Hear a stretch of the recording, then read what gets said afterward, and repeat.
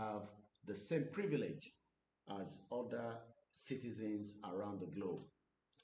But unfortunately, many Nigerians continue to argue blindly that they will save the existence of Nigeria. And that is not going to happen while we are still alive. And this is why we will continue to campaign under the rules of the engagement until our exit. Àwọn kan tẹ̀ argue pé it cannot be done if you do not, unite the 60 million people. But what people do not understand is that the 60 million Yoruba people are now ready to exit this contraction known as Nigeria.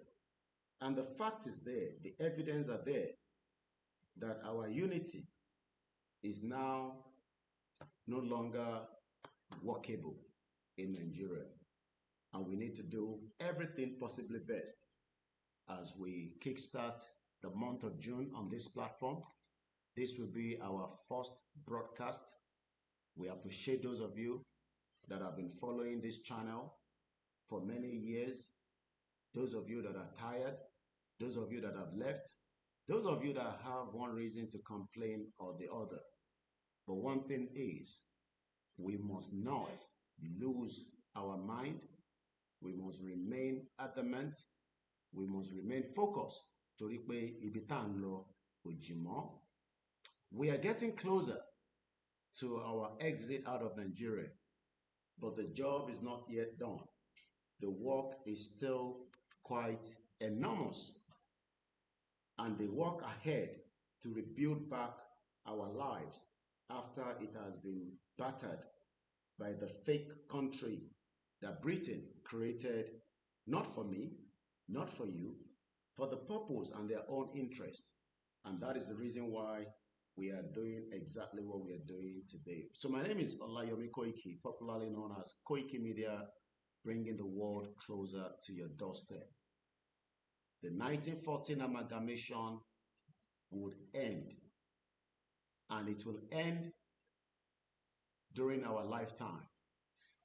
And we are doing everything to make sure it ends as quickly as possible, because it is a fraudulent and the most fraudulent thing that has happened in the history of mankind. Àwa ìran ọmọ aládé, this is not where we are meant to be. And this is where we need to wake up from our slumber and stop living in denial. This is the time tí gbogbo ọmọ Yorùbá gbọ́dọ̀ realize pé we cannot start talking about how we want to use Nigeria as an analyst. Nigeria kò kí n ṣe tọ̀dọ̀ tiwa. It does not matter whether your argument that we have lived together. Nigeria was playing Jamaica in the UK, but millions of the same Nigerians cannot even travel to UK as a Commonwealth citizen. That is one of the biggest fraud. And the Nigerians, like I saw them celebrating in Brentford, they cannot even give them access to Wembley Stadium to use.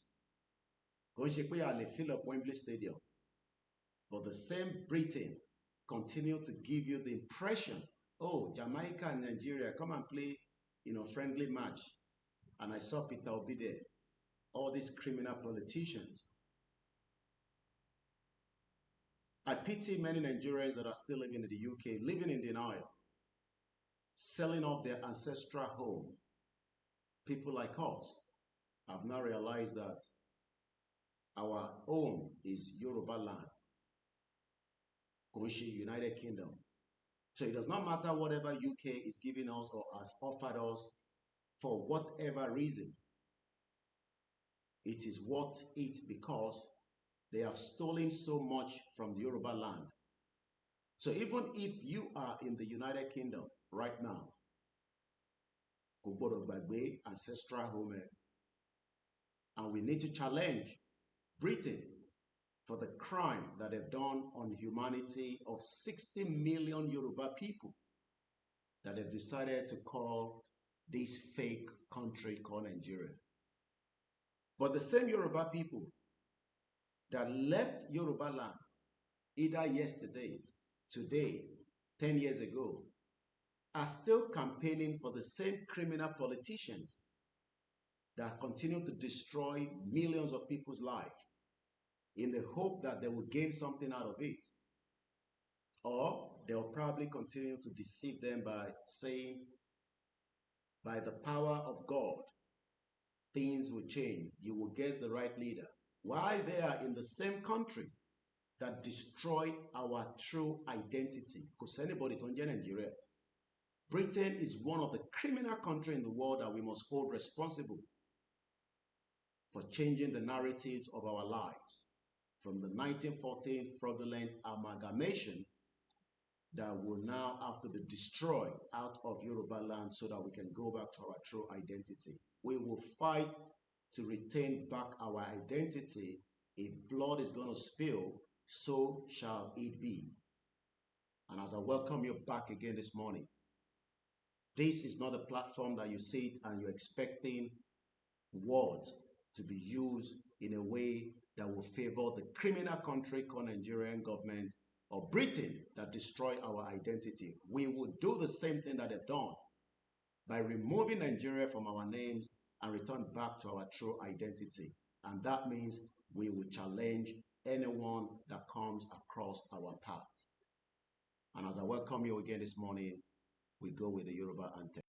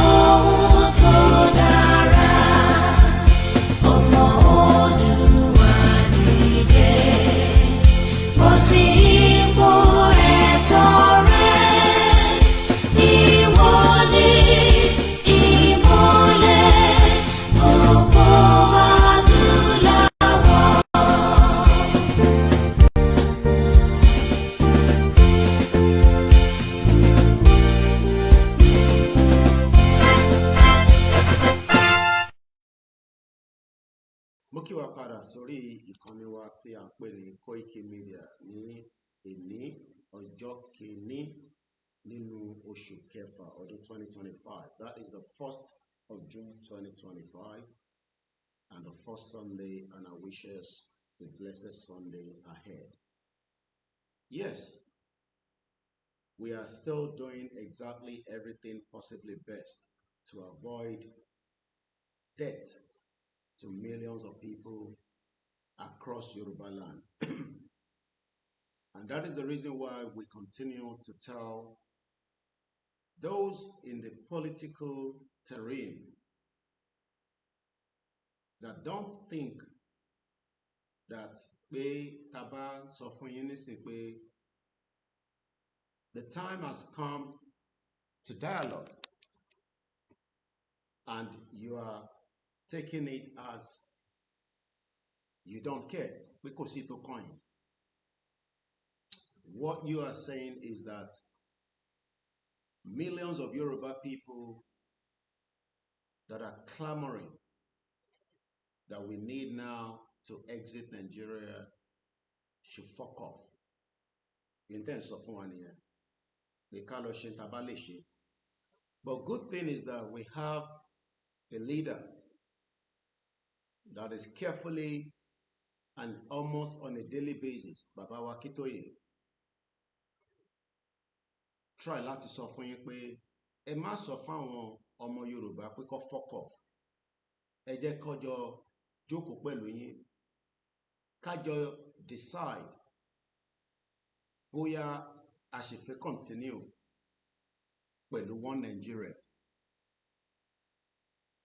But àwa mọ̀ pé ẹ̀ ní gbọ́, àwa tí a jẹ́ àwọn ọmọ bàbá lẹ́yìn, nítorí pé ẹ wà adamant that another election will go ahead in Yoruba land and you will use force to renew Nigeria again.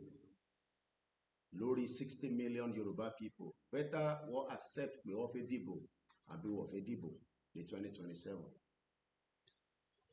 This is how we started in 2019.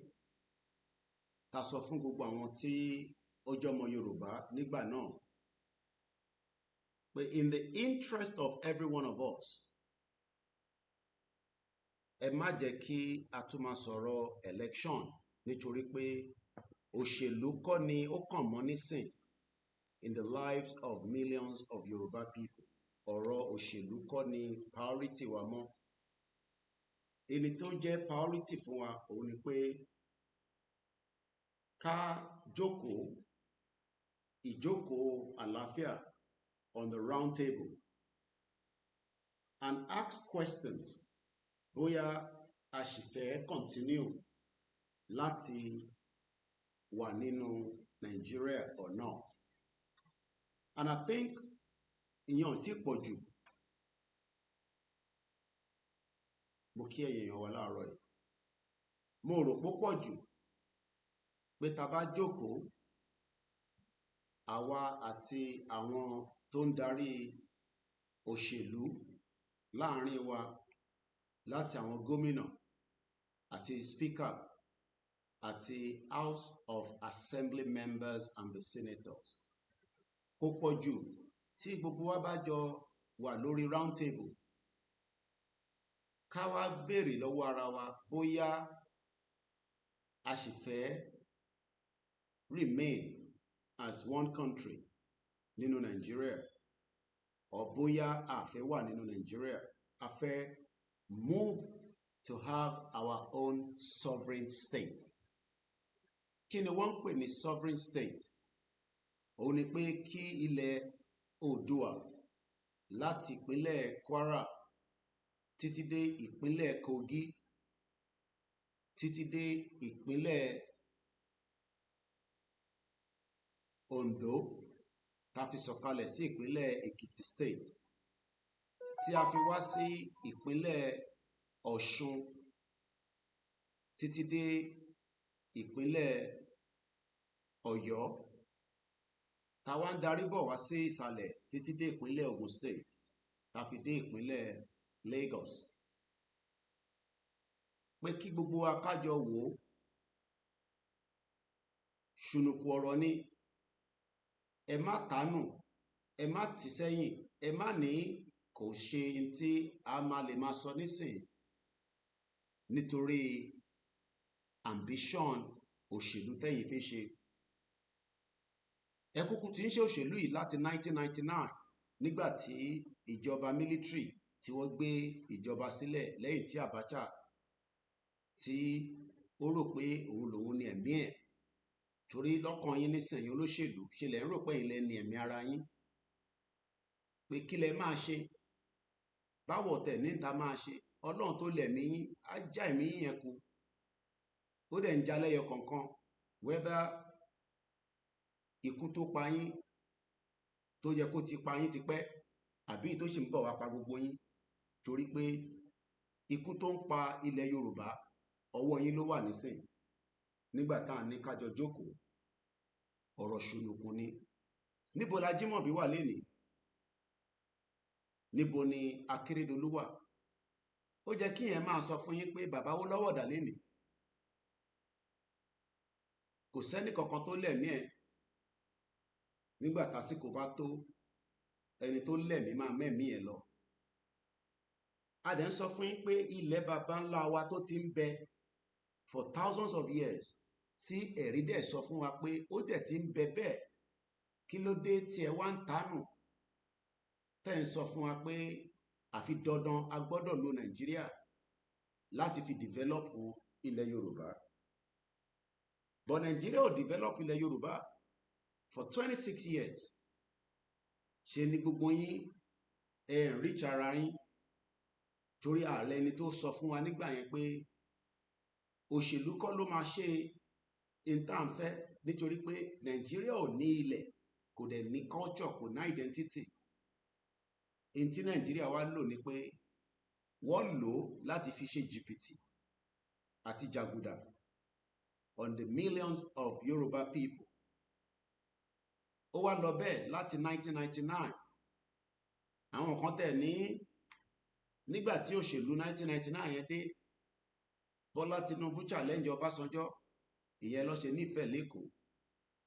Lóòótọ́ òṣèlú ni, àmọ́ ọ̀rọ̀ òṣèlú kọ́ ló wà nílẹ̀ mọ́ nísìn. Ọ̀rọ̀ bá ṣe fẹ́ jókòó láti sọ̀rọ̀ nípa ancestral land wa. If not, there will be chaos. Àwọn ọmọ tí bàbá ṣì ń pin down mọ́lẹ̀ látara pé bàbá ń sọ fún wọn pé kọ́ fáwọn ní time díẹ̀ sí, torí pé ọ̀rọ̀ rally tí ó yẹ kó ti bọ́ síta, tí bàbá dẹ̀ ń jẹ́ kó yé wa pé ó ń bọ̀, ká túbọ̀ ṣe sùúrù sí, kò ní pẹ́ dé, and we trust him and we believe him. Ìyẹn fẹ̀yìn ní more time láti tètè lo ìwọ̀nba díẹ̀ tó kù for consultation. But ẹ bá ní kò ní sí consultation, which is one of the best things that is done around the globe today. Èèyàn máa ń consult, èèyàn máa ń dialogue, èèyàn dẹ̀ máa ń negotiate láti gbalẹ̀ wa padà lọ́wọ́ àwọn tí wọ́n wà lórí ẹ̀. Whoever is holding Yoruba land, because àmọ́ ẹni tó ń hold ẹ̀, àmọ́ ẹni tó tà á, àmọ́ kí ni repercussion tó ti fi ilẹ̀ Yorùbá ṣe tó ń difficult fún àtọba àti ìjòyè àti àwọn tó ń pera wọn lólóṣèlú tó tún kankan. We are asking that we need to sit now and review this situation. Ó máa go out of hand. The situation ta kọ̀rọ̀ ránṣọ yìí, táwọn kan náà ń rò pé ó wà lábroad, ká fuck off, because that is some of your languages. It's not a language that we want to use on this platform, but I know tẹ́ bá wò wá nígbà míì, tẹ́ bá ní get out, tó bá níṣẹ́ tó máa ṣe, àwa fẹ́ build in Nigeria, lè build in Nigeria. There will be disaster. Kò ń ṣàwọn la fẹ́ gbé disaster wa. Disaster is showing on a daily basis. The evidence are pointing that this country is gone. There is no àní àbí pé àbọ̀lọ́hun kan. Even if you like, call all the prayer warriors, call pray for Nigeria, it is dead. Torí ìlú tó bá ti ń gba ẹ̀jẹ̀ ọmọ ènìyàn on a daily basis, for nothing more than the fact that there is just this agenda pé ẹ̀jẹ̀ làwa máa gbà. Ọlọ́run tẹ́ ń pè yẹn stupid. Ọlọ́run tẹ́yìn pè yẹn kò ń ṣaláìda, ẹ̀yin ni aláìda ènìyàn. So if you are not going to sit with the indigenous people from àwọn Biafra tó ń yẹn páwọn fẹ́ lọ, àwọn Haúsá tó ń dìde pé àwọn náà fẹ́ gba ẹ̀tọ́ wọn, àwọn ìjọ, àwọn bẹ́ẹ̀ lọ tó fi kan àwọn ọmọ Odùduwà, tẹ́ bá ń sọ pé kí gbogbo wa ká lọ wábì kan jókòó sí, ká lọ máa wá bá ṣe máa elect ẹlòmíì fún gómìnà. Àwọn tí wọ́n ń sọ fún yín láti bàbá wa Professor Akintoye is only giving you just the last few more days and weeks. Bóyá ẹ yí padà. Lọ́kàn tèmi, èmi mọ̀ pé ẹ ní yí padà. Torí aburú tẹ́ fi ṣe yẹn, ó máa tì yín dé Òkun Pupa báwọn ọmọ ogun Fẹ́ráwọ̀, gẹ́gẹ́ bí a ti ṣe gbọ́.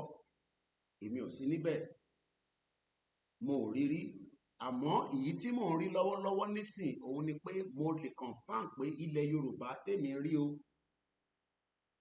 ìyà tí ẹ fi jẹ ilẹ̀ Yorùbá ó ti affect àwọn ọmọ tó bí jáde nínú ẹ̀. by changing their identity. Identity yẹn gangan ni priority wa, ó ju gbogbo nǹkan lọ. And tẹ́ bá sọ pé ẹ fẹ́ lo Nàìjíríà láti máa continue láti push agenda yín, that means we must all go and prepare for chaos and disaster. You will not be able to control the millions of people tó bá ti rọ́ sójú títì. Ó máa bọ́mọ yín lọ́wọ́. Gbogbo institution, gbogbo buildings tó ní nǹkan kan ṣe pẹ̀lú Nigeria can be a target for these people. I am just telling you, I don't know what people will do. And we cannot control the situation when it gets to that stage. Kàmá ṣe sọ fáwọn èèyàn pé ẹ má lọ ṣe báyìí, they will tell me to fuck off. And that's why I believe our father are just reviewing to allow ẹ̀yin olóṣèlú, most importantly the governors in the Southwest, to dialogue now. Bàbá tó ní kájọ dialogue, ó mọ̀ pé torí òun ò fẹ́ ìtàjẹ̀sílẹ̀ ló ṣe ń bẹ̀ yín, either indirectly or directly, pé ká fi àyè sílẹ̀, kájọ jókòó yìí, kájọ yanjú ẹ̀ bí ọmọlúàbí tí wọ́n ń pè wá. Ẹ ń rò pé State House yìí wà defendable against 60 million people. Ẹ rò pé ibi tẹ́ ń gbé tó ń pè ní government house ó safe.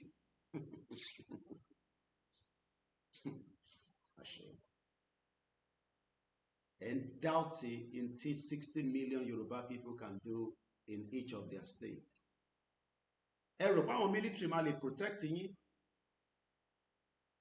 Ẹ rò pé Nigerian government can defend you when millions of people troop out on the street across their own different states and their local government. Ẹ rò pé àwọn ibi tẹ́ ń gbé tẹ́ ti ń ṣe ìjókòó House of Assembly, ẹ fi pé lè defend ẹ lè protect ẹ. Ẹ fi pé àwọn ilé yìí kọ̀ọ̀kan táwọn èèyàn ti sọ pé bíbá ilẹ̀ ń gbé, hòtẹ́ẹ̀lì tó máa ń sùn ní, mọ́tò tó ń wà ní, bulletproof ká ilé ilé tó bá máa jáde lóru tó fẹ́ jẹ́ káwọn èèyàn mọ̀, ọ̀kadà tó ń gbé jáde lélẹ̀. Ṣé ẹ rò páwọn tẹjọ́ ń gbé tẹjọ́ ń sùn wọn mọ bẹ ṣe ń rìn tẹjọ́ ń lọ káàkiri? Àyàn olóṣèlú ni mo bá sọ̀rọ̀. Ṣé ẹ ń rò pé bóyá ghost ni yín àbáwọn tí wọ́n consult tán parọ́ fún yín pé Ọlọ́run máa protect yín? Àwọn alálẹ̀ ò lè protect yín mọ́. Torí ẹ ti fi ilẹ̀ Yorùbá, ẹ ti fi parọ́, ẹ dẹ̀ fi jalè. Gbogbo ẹ̀tọ́ tó jẹ́ fún ọmọ ẹ̀dá ènìyàn, you have literally taken it off them.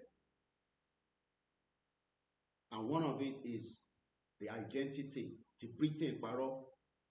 All the governors know the truth. But ẹ fẹ́ máa fi Nàìjíríà láti fi deceive wa pé ká lọ ṣe sùúrù, kẹ́yìn máa tò Nàìjíríà, ká ṣe títì, ká ṣe ọ̀nà. Ẹ rò pọ̀rọ̀ títì àtọ̀nà là ń sọ nísìn. Ṣé rò pọ̀rọ̀ a fẹ́ ṣe títì, a máa tẹ ọ̀dà wọnú ilé yín, a máa fún yín lómi. Ẹ rò pé yẹn làwọn ń sọ nísìn. That is not what we were talking about. What we are talking about is let's sit down together now. Kò sí nǹkan tó bad tí gbogbo wa bá jọ jókòó and review and ask the question and start deliberating and open the consultation across Yoruba land. Pé kí ni àwa sì fẹ́ ṣe nínú Nàìjíríà? Knowing fully well that we are people that have been in existence for thousands of years. Àti exist kí United Nations as a body in 1945 to set it up. Àti exist before European countries. Àti exist before many countries. tó ń pera wọn ní country lénìí ìmí gan wa máa wonder pé iṣẹ́ country lélẹ̀. When you look at the population and you look at èdè tó ń sọ, ìyẹn lẹ́yìn wọ́n ń sọ fáwa pé ká get out, ká lọ register, ẹ lọ gba káàdì yín, kẹ lọ join APC, kẹ join PDP. Ẹ rò pé gbogbo àwọn secretariat yín safe? Mo ń bèrè lọ́wọ́ yín, gbogbo àwọn ibi tẹ́ ti ń ṣèpàdé APC yẹn, ṣé ẹ̀yin rò pé safe? Tí ọ̀rọ̀ yìí bá débi tó yẹ kó dé, ṣé ẹ̀yin lè jókòó lọ ṣèpàdé? Bẹ́yìn ṣe ń lé àwọn tó ọ̀fẹ́ jẹ́ kí wọ́n ṣe Yorùbá nation meeting, tẹ́ ń lé wọn lójoojúmọ́, táwọn ọmọ yẹn ń bẹ̀rù, tó jẹ́ pé meeting wá di tán hide, is nothing more than the fact that àwọn Scottish ń béèrè fún right wọn, kò sẹ́ni tó ń fikú lé wọn ní Scotland bí ṣe máa ń sọ̀rọ̀ báyìí. It's an open discussion. Scotland wants to go. It's an open discussion. Kò ń ṣe tọ́lọ́pàá ló ń múyàn, kò ń ṣe tọ́lọ́pàá ló ń bust èèyàn, kò ń ṣe tí wọ́n máa question wọn pé intẹ́ ń béèrè fún pẹ́fẹ́ kúrò lára UK yẹn ó lòdì sófin. Why are you thinking that you are immune to anything that cannot or will happen to you? I sometimes sit back and ask myself, ṣáwọn olóṣèlú ìṣọ́ ṣe fi pé ẹ jù bẹ́ẹ̀ lọ ni? Ṣe bẹ́ẹ̀ ìbá máa rí yín? Ṣe bẹ́ẹ̀ ìkan náà lẹ máa lọ sí patí tá máa wò yín? Ṣe bẹ́ẹ̀ ìkan náà lájọ ń gbé? Ṣe bí ẹlọ́run ara kan náà ni gbogbo wa? Ṣé ẹ̀yin yàtọ̀ sáwa ni? Bàbá dẹ̀ ń sọ fún yín pé let us come together and solve this amicably. Ẹ̀yin tẹ́ ń defend àwọn olóṣèlú, ẹ̀yin náà ń sọ fún wa pé ẹ lọ jókòó jọ, yíyọ wá lẹ́nu, òṣèlú la máa ṣe. Ọ̀rọ̀ tó wà nílẹ̀ has gone past òṣèlú. Sometimes some of us sleep and we find it very difficult to have a good sleep anymore, because we are wondering whether ẹ̀yin olóṣèlú tí ẹ̀ ń rò pé ẹ jẹ́ nǹkan, torí ẹ bá ti mú sójà mẹ́ta dání tó kó bọn dání, àbí bẹ́ẹ̀ kọ́, ẹ fi yẹn halẹ̀. Bẹ́ẹ̀ ti gbàgbé pé ilẹ̀ yẹn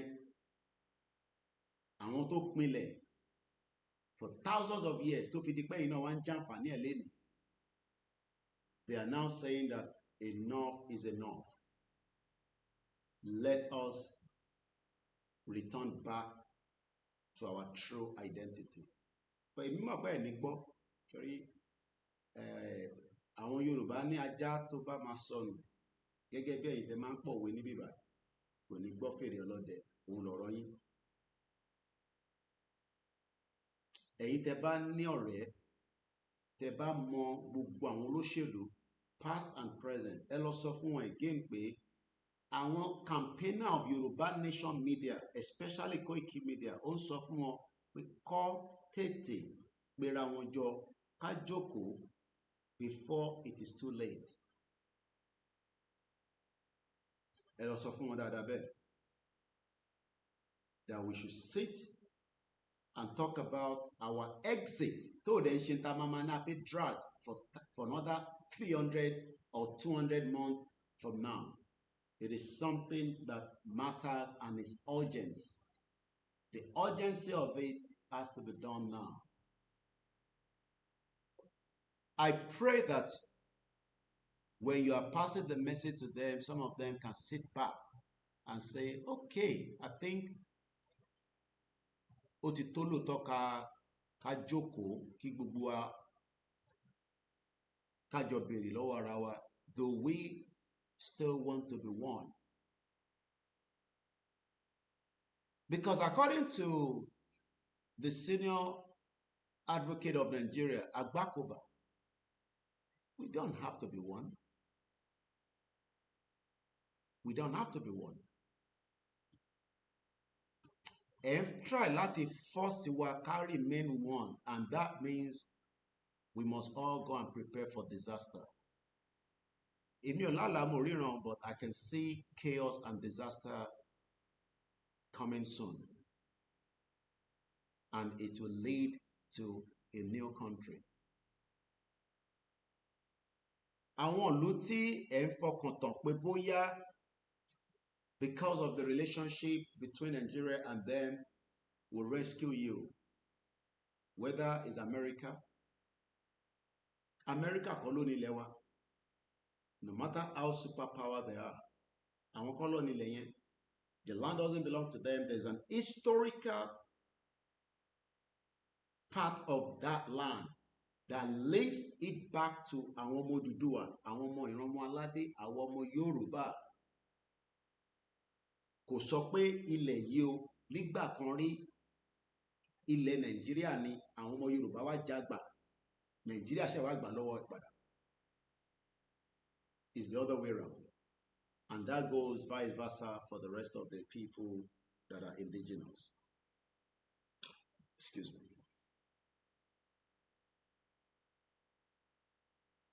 And ó bẹ́tà kẹ̀tẹ̀tẹ̀ fìyẹn sí number 6 yín.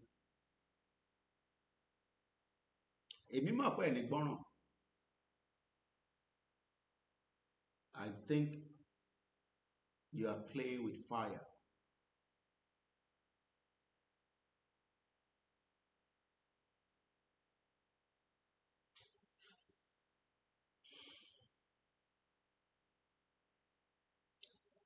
And that fire will consume every one of you.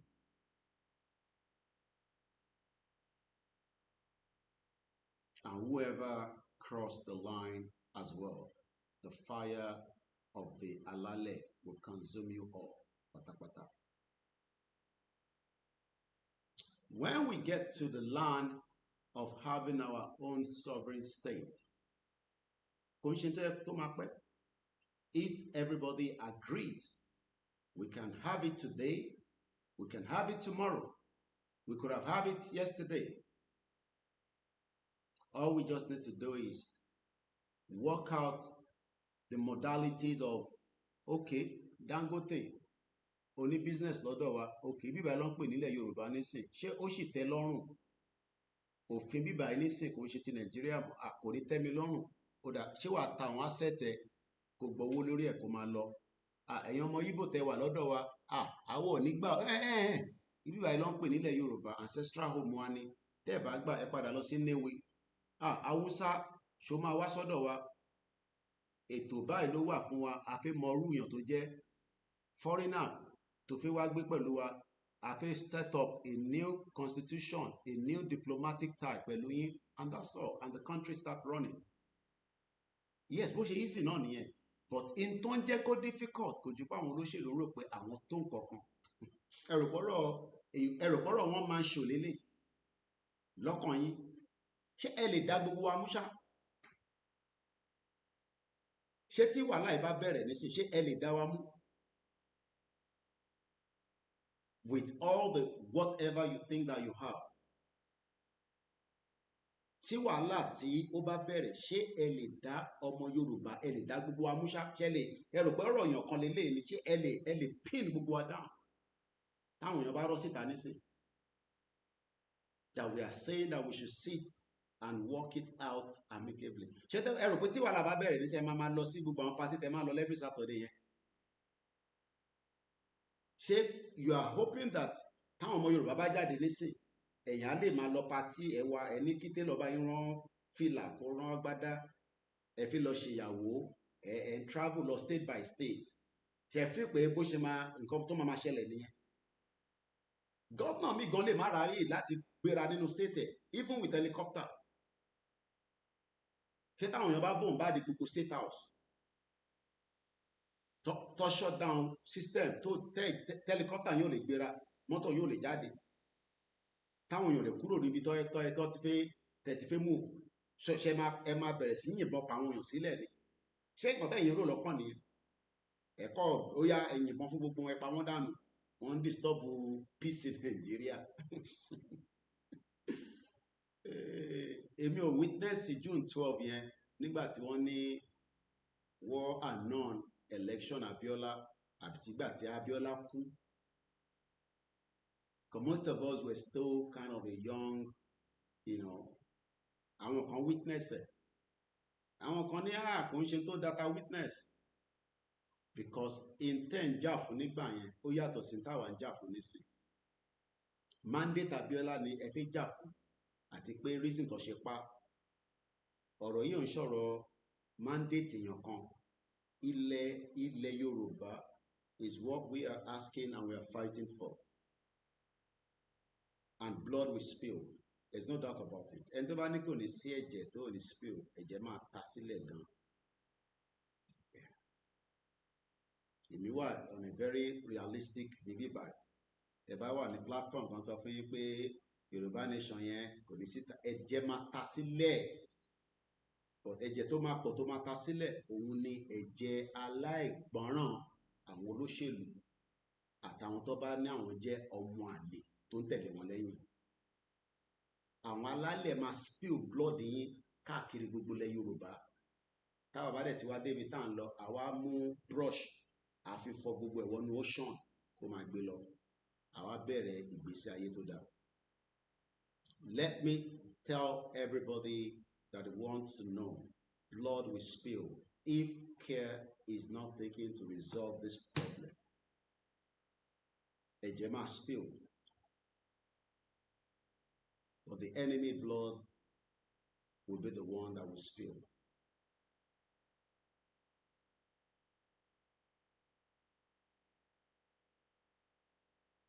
That is the only way you will understand that this is not a joke.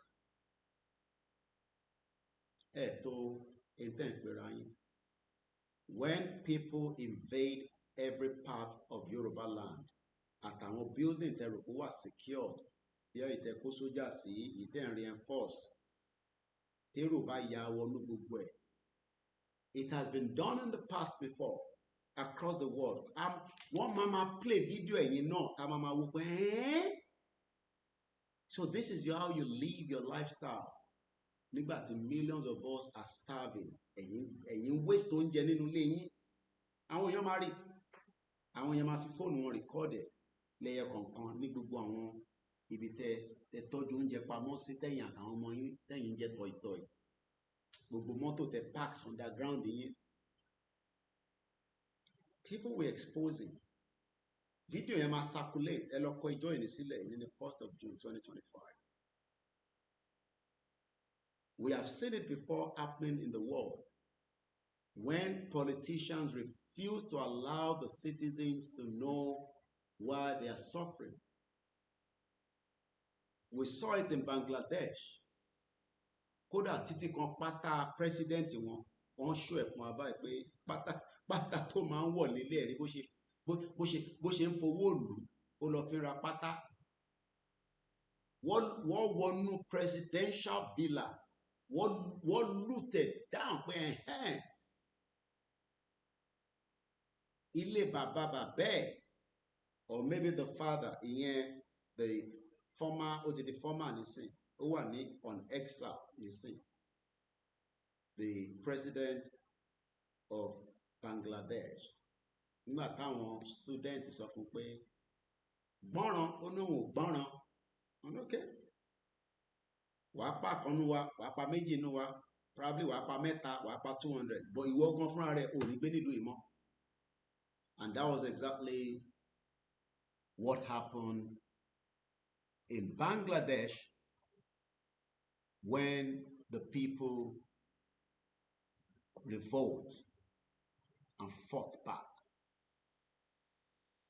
And these politicians think that ẹ̀yin kọ́ jẹ́ èèyàn kan tó yẹ pé wàá kọ́ fi sílẹ̀.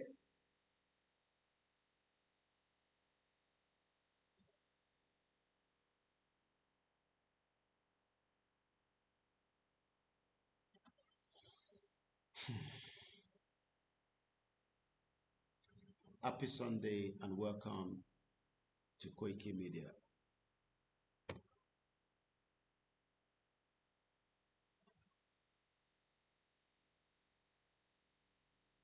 Let's take you back so that bí àwọn tá à ń sọ fún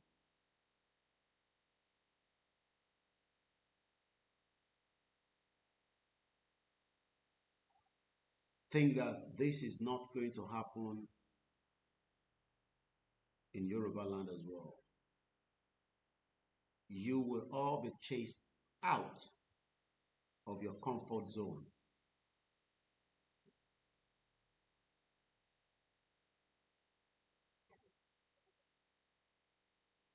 Every single one of you.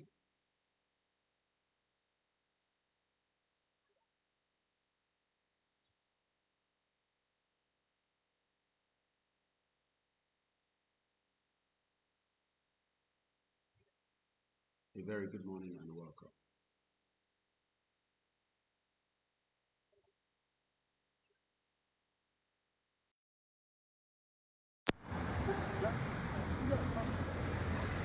Ọlọ́run dá ọ̀run òun ayé ó fi ìpìlẹ̀ rẹ̀ lélẹ̀ pẹ̀lú ọgbọ́n ńlá àti òye ńlá àti ìmọ̀ ńlá.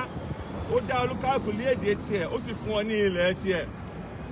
Wọ́n ní nǹkan bí 100 ọdún sẹ́yìn, a pa oríṣiríṣi ọ̀pọ̀ ènìyàn pọ̀, oríṣiríṣi èdè, oríṣiríṣi ilẹ̀, èyí tí Ọlọ́run ò dá, a so wọ́n pọ̀.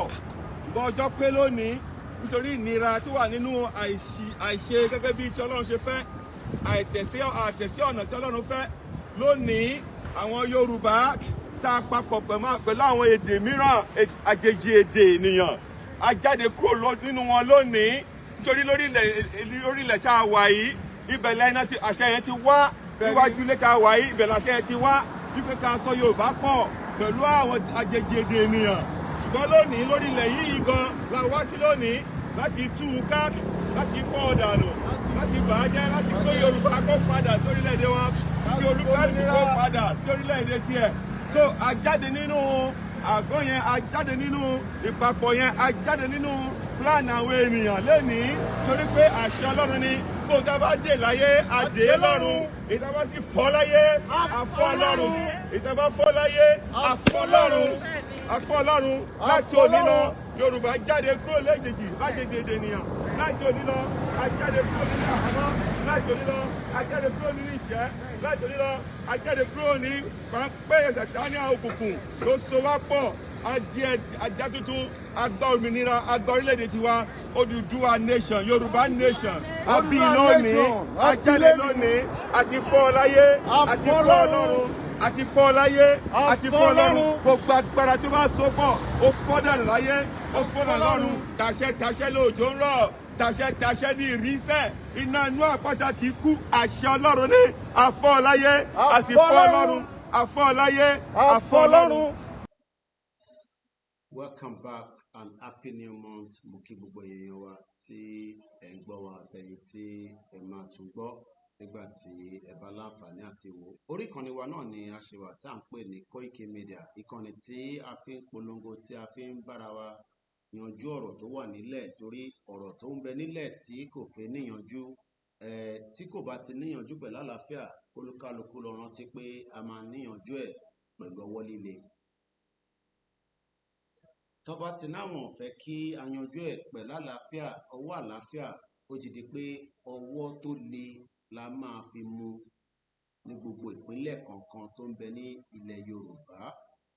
Mo ń sọ̀rọ̀ nípa ìlú kan tó ń pè ní Bangladesh.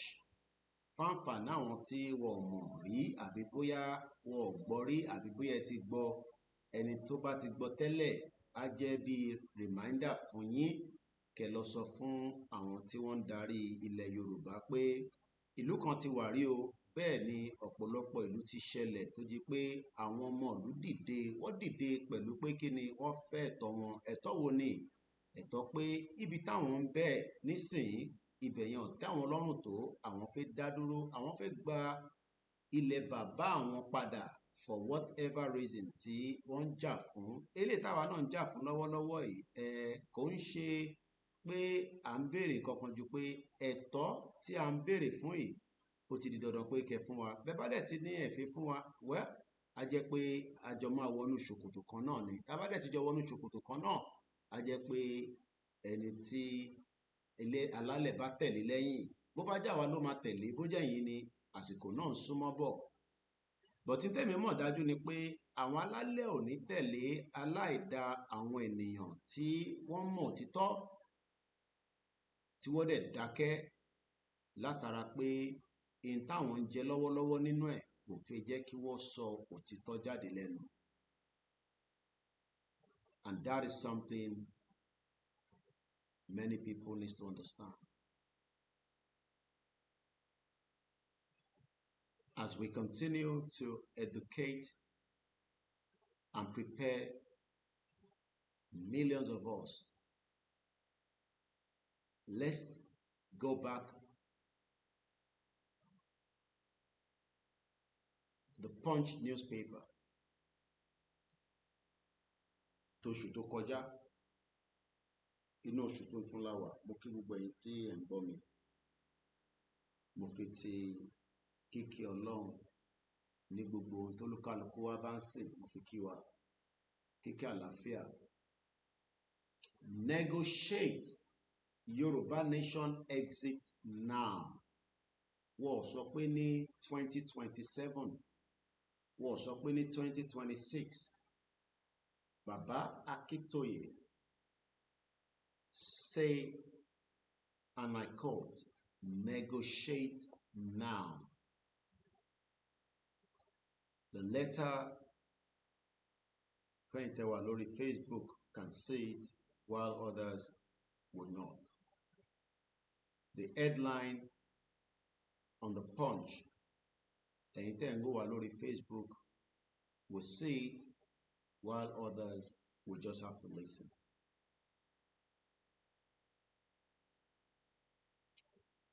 Ẹ sọ fáwọn olóṣèlú pé kó jẹ́ ká negotiate now.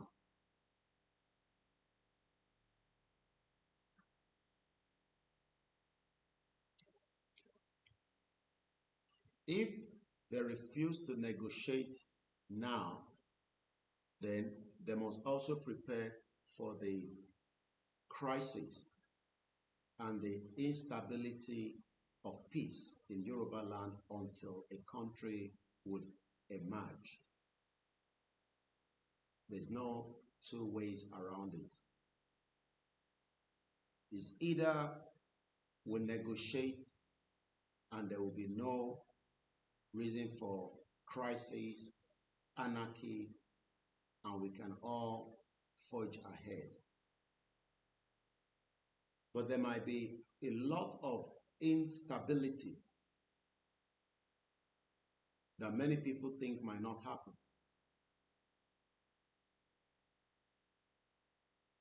It is very clear that the leader of the movement is still giving some bit of room fáwọn olóṣèlú to accept a negotiation so that kí a lè exit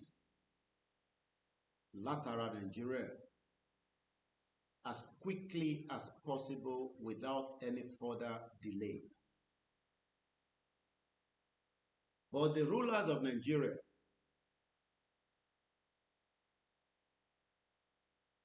do not know that time is now against them. And I don't pity them. You don't pity people that doesn't have pity for you. Because each and every one of them, àfi tó bá jẹ́ àjòjì tí kò ń ṣọmọ ilẹ̀ Oòduà ló máa sọ fún wa pé ilẹ̀ tí a fẹ́ torí ẹ̀jà yìí is not worth spilling the blood to save it.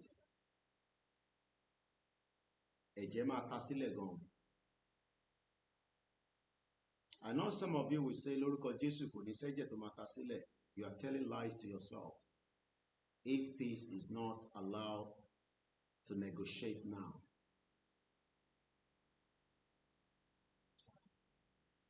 I know some of you will say, Ọlọ́run máa ṣe in a miraculous way, kò ní sẹ́jẹ̀ tó máa ta sílẹ̀. Because that is the way we have built ourselves for those that believe that God is in control. But even when Pharaoh did not listen to the God message, blood was still spilled. So when we say blood will spill, literally the enemy's blood will have to spill. Ẹ̀jẹ̀ àwọn aláìda sí orílẹ̀-èdè, our ancestral land, their blood will spill across Yoruba land. And we must not feel pity for any one of them, even if my family is there. The blood of each of them that doesn't want to accept a Yoruba country should be spilled across Ijebu land and anywhere they are. Because we have already told them that Yoruba land is bigger than APC and the PDP on our land and the Labour Party.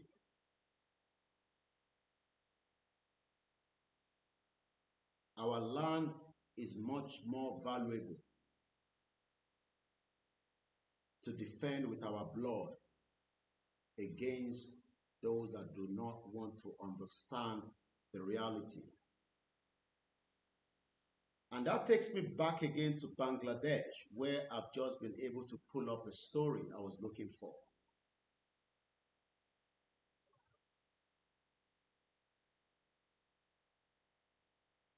August 12, 2024, from the Hindu.com news. The headline, Sheikh Hasina quit, flee Bangladesh land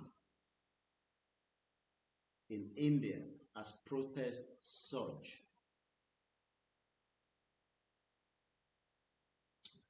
I have lived out of Nigeria to understand that the power of the people will bring down the government anywhere in the world, no matter how powerful the government will be. If the people can remain formidable and united for their cause, like we are right now,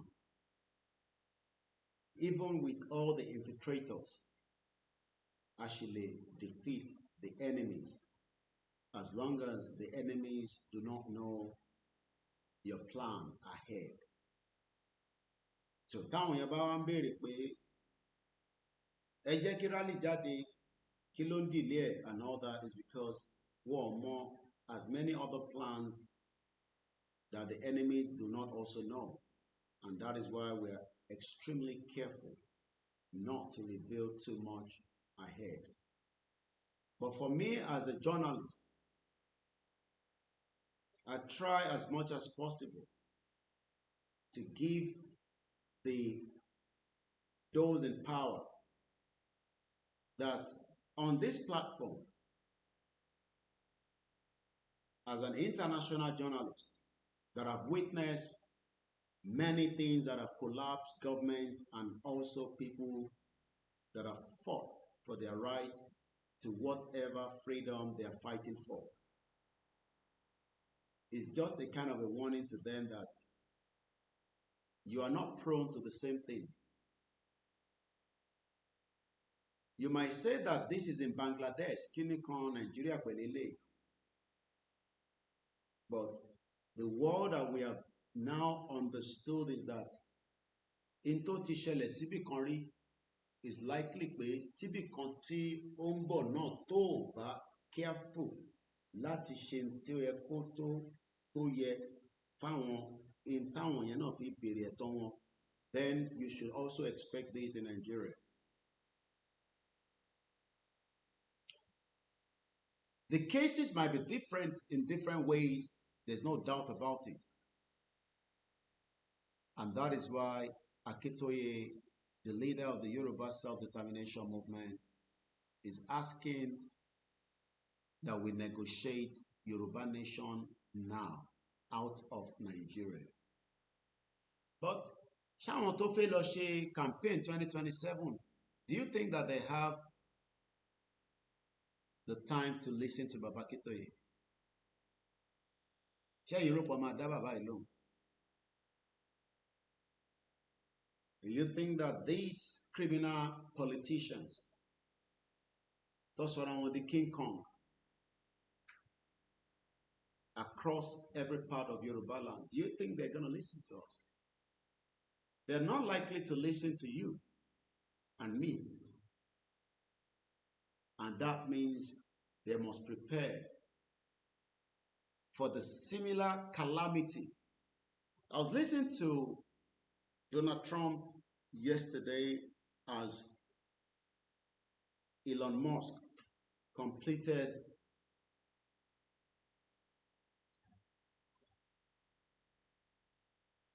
the days of work as Doge, iṣẹ́ tí Trump gbé fún láti wá bó ṣe máa save America ní millions and billions to trillions of dollars so that the government can function properly.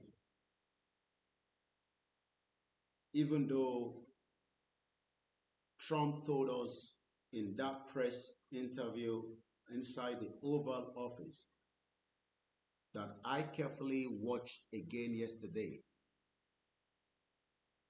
that Elon Musk will still be there to advise him. But there was something he said from that long press interview.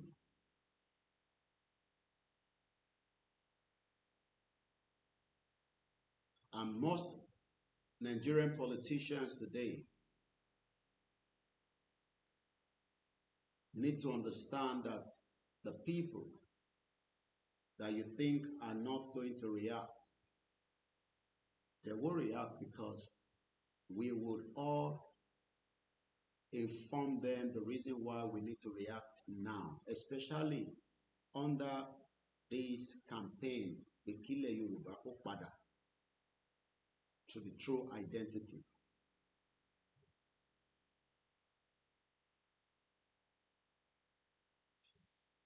Mo kí wa lẹ́ẹ̀kan sí.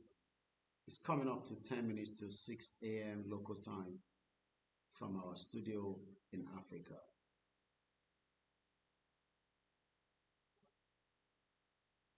Let us negotiate now before it is too late.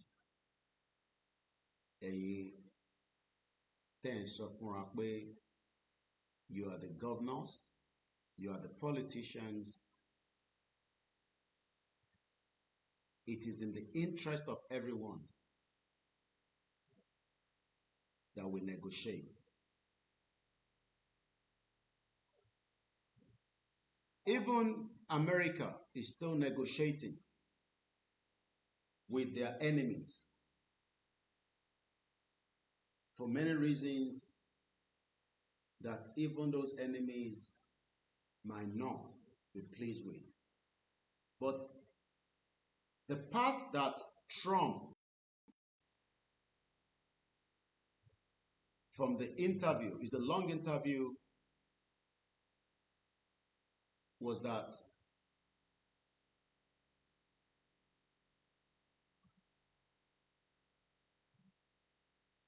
it was a disaster that with the super might of America,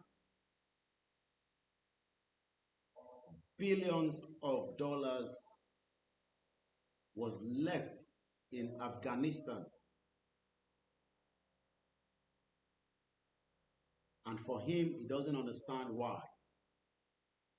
And this is meant to be one of the superpower of the world today.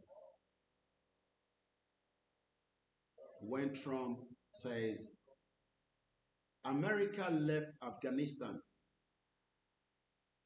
but also left billions of dollars worth of equipment. And Afghanistan has now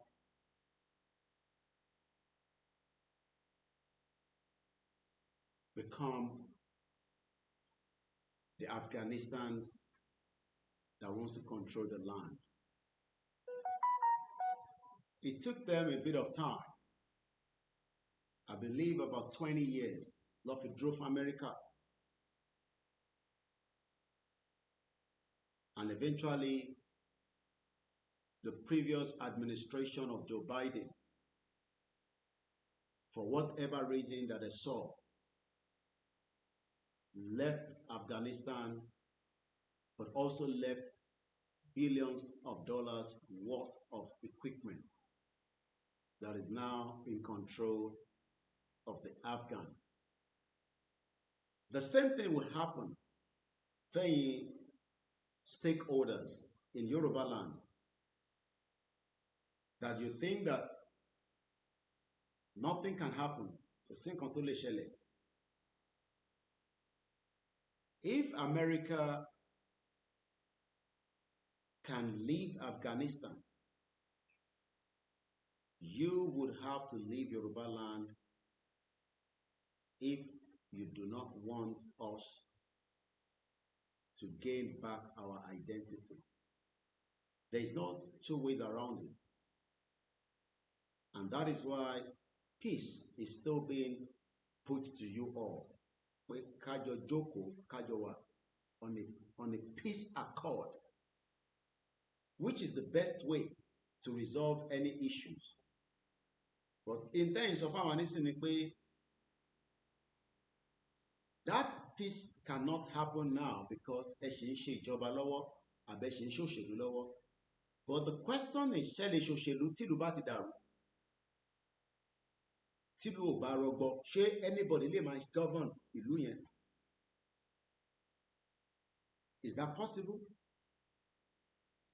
Ṣé tìlú bá wà in the chaotic way, ṣé lè ní ẹfẹ́ lọ jókòó sí House of Assembly ní Lagos State kẹ́nẹ́ ń ṣòṣèlú? Ṣé nǹkan ọ̀tẹ̀ ni máa wá bẹ ṣe fi save ara yín náà kẹ́ tó sọ pé fẹ́ lọ ṣòṣèlú?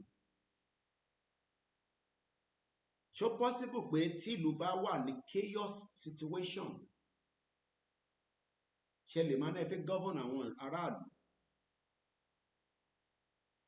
Is that possible?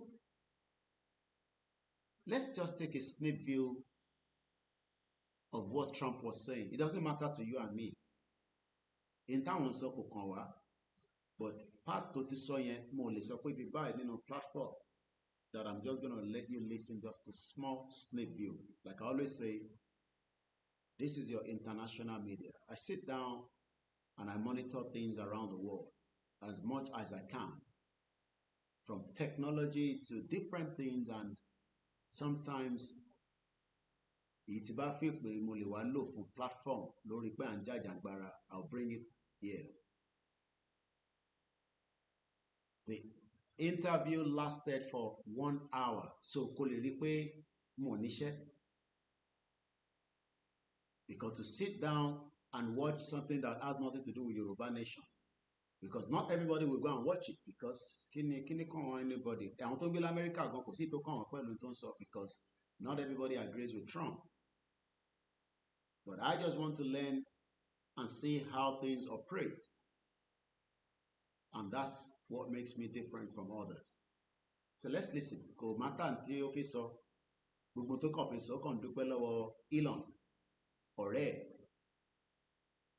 tó kó $250 million sílẹ̀ tó fi campaign. Tòtúrí the importance of money. Àbí? Ẹ má dáwó sí Yorùbá nation. Àti dáwó tẹ́lẹ̀ rí. Àtẹ̀mọ́ tó fowó ọ̀hún ṣe. Ẹ̀dẹ̀ fi gba ìjọba lọ́wọ́ Ṣèyí Mákindé. Kò ṣe pé a fi gbàjọba, a fi gba ilẹ̀ wa padà lọ́wọ́ state yẹn. Oyètọ́lá, Olódó, àwọn dẹ̀ ní owó lọ́wọ́. Àwọn báwọn bá fi tẹ t-shirt nísìn, lára owó state náà lọ máa kó fún yàn kan pé èlò lẹ́nẹ́ budget fún àwọn èèyàn ní 50 million, olúkálùkù náà ti add tiẹ̀ mọ́, wá kọ̀ release owó yẹn. But right now, wọ́n ní kí a help movement yìí ká ràn lọ́wọ́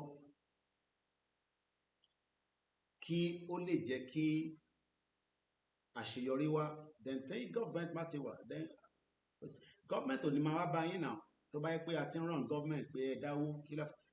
But even Trump that has money as a billionaire, because he's worth billion, bó ṣe wà yìí, asset it.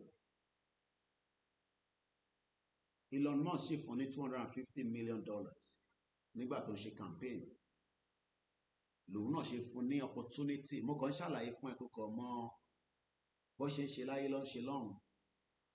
But tí wọn náà kò ṣe pé ó jẹ́ new, but at least àwọn èèyàn ṣì máa rí okay èyí náà ń jalè níbí báyìí.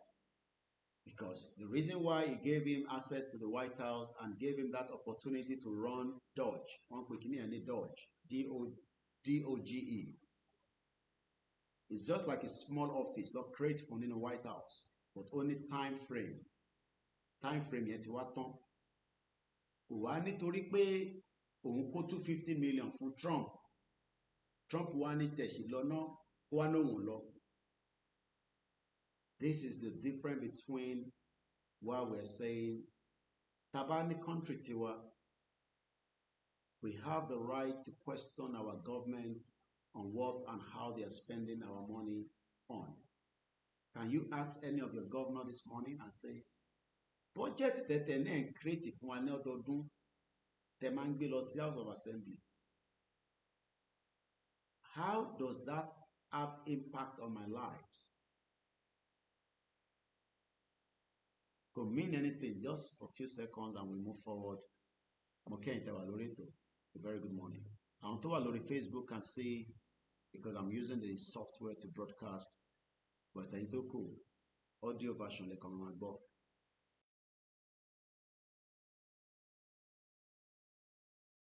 For 1 month. Not bad. Right? Not bad. Come on, guys.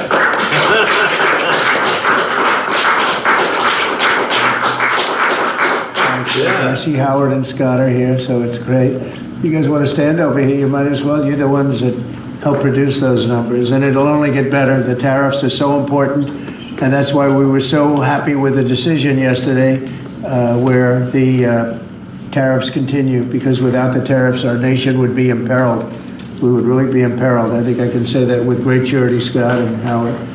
And so we were very happy to get that decision, that big decision yesterday. And today it's about a man named Elon, and he's one of the greatest business leaders and innovators the world has ever produced. He stepped forward to put his very great talents into the service of our nation, and we're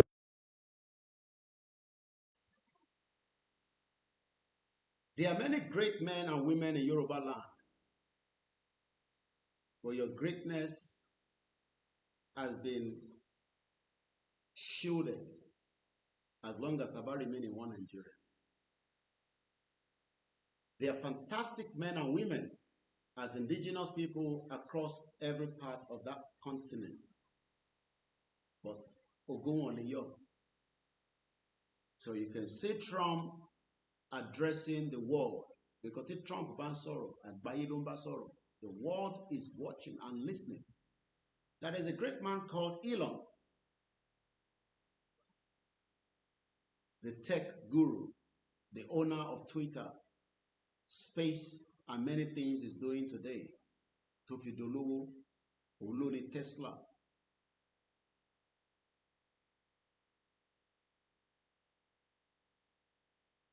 Kò lọ gé orí èèyàn tó fi dolówó. Kò ṣẹ̀ lọ wá ẹ̀jẹ̀ èèyàn tó wá fi pò kankan tó fi dolówó lénìí. All he has done is given the same privilege and took the advantage and is where he is today. But many Yoruba people máa lọ sí church láàárọ̀ yìí nísìnyí, máa lọ mọ́ṣáláṣí, máa lọ síbi tó ń ṣẹ̀ṣẹ̀ wọn, and they'll be telling lies to themselves that this country will give us the opportunity that you know is not going to happen. So that's how you need to hear from Trump. Because kò máa tà sí nǹkan táwọn sọ níbí báyìí. But ibi tí mo fẹ́ lò gangan ni mo ti lò pé ó dùn òun gan pé I don't know the exact pinpoint. I would have just slotted it there, but I didn't write it down yesterday. Má lọ tàbọn. So let's just move forward. But one thing we need to understand is that Baba is telling the politicians, which is what matters to me and you, that we should not think that this country can continue the way it is. Kò ń ṣe Yorùbá nìkan ló ní something is wrong, something is not right. Let's sit, let's talk, let's negotiate. Ẹ má sá fún negotiation, but ṣe làwọn ń sọ nísìnyí pé àwọn fẹ́ lọ ṣe election again. And like I said earlier, àwọn tá a sọ fún ní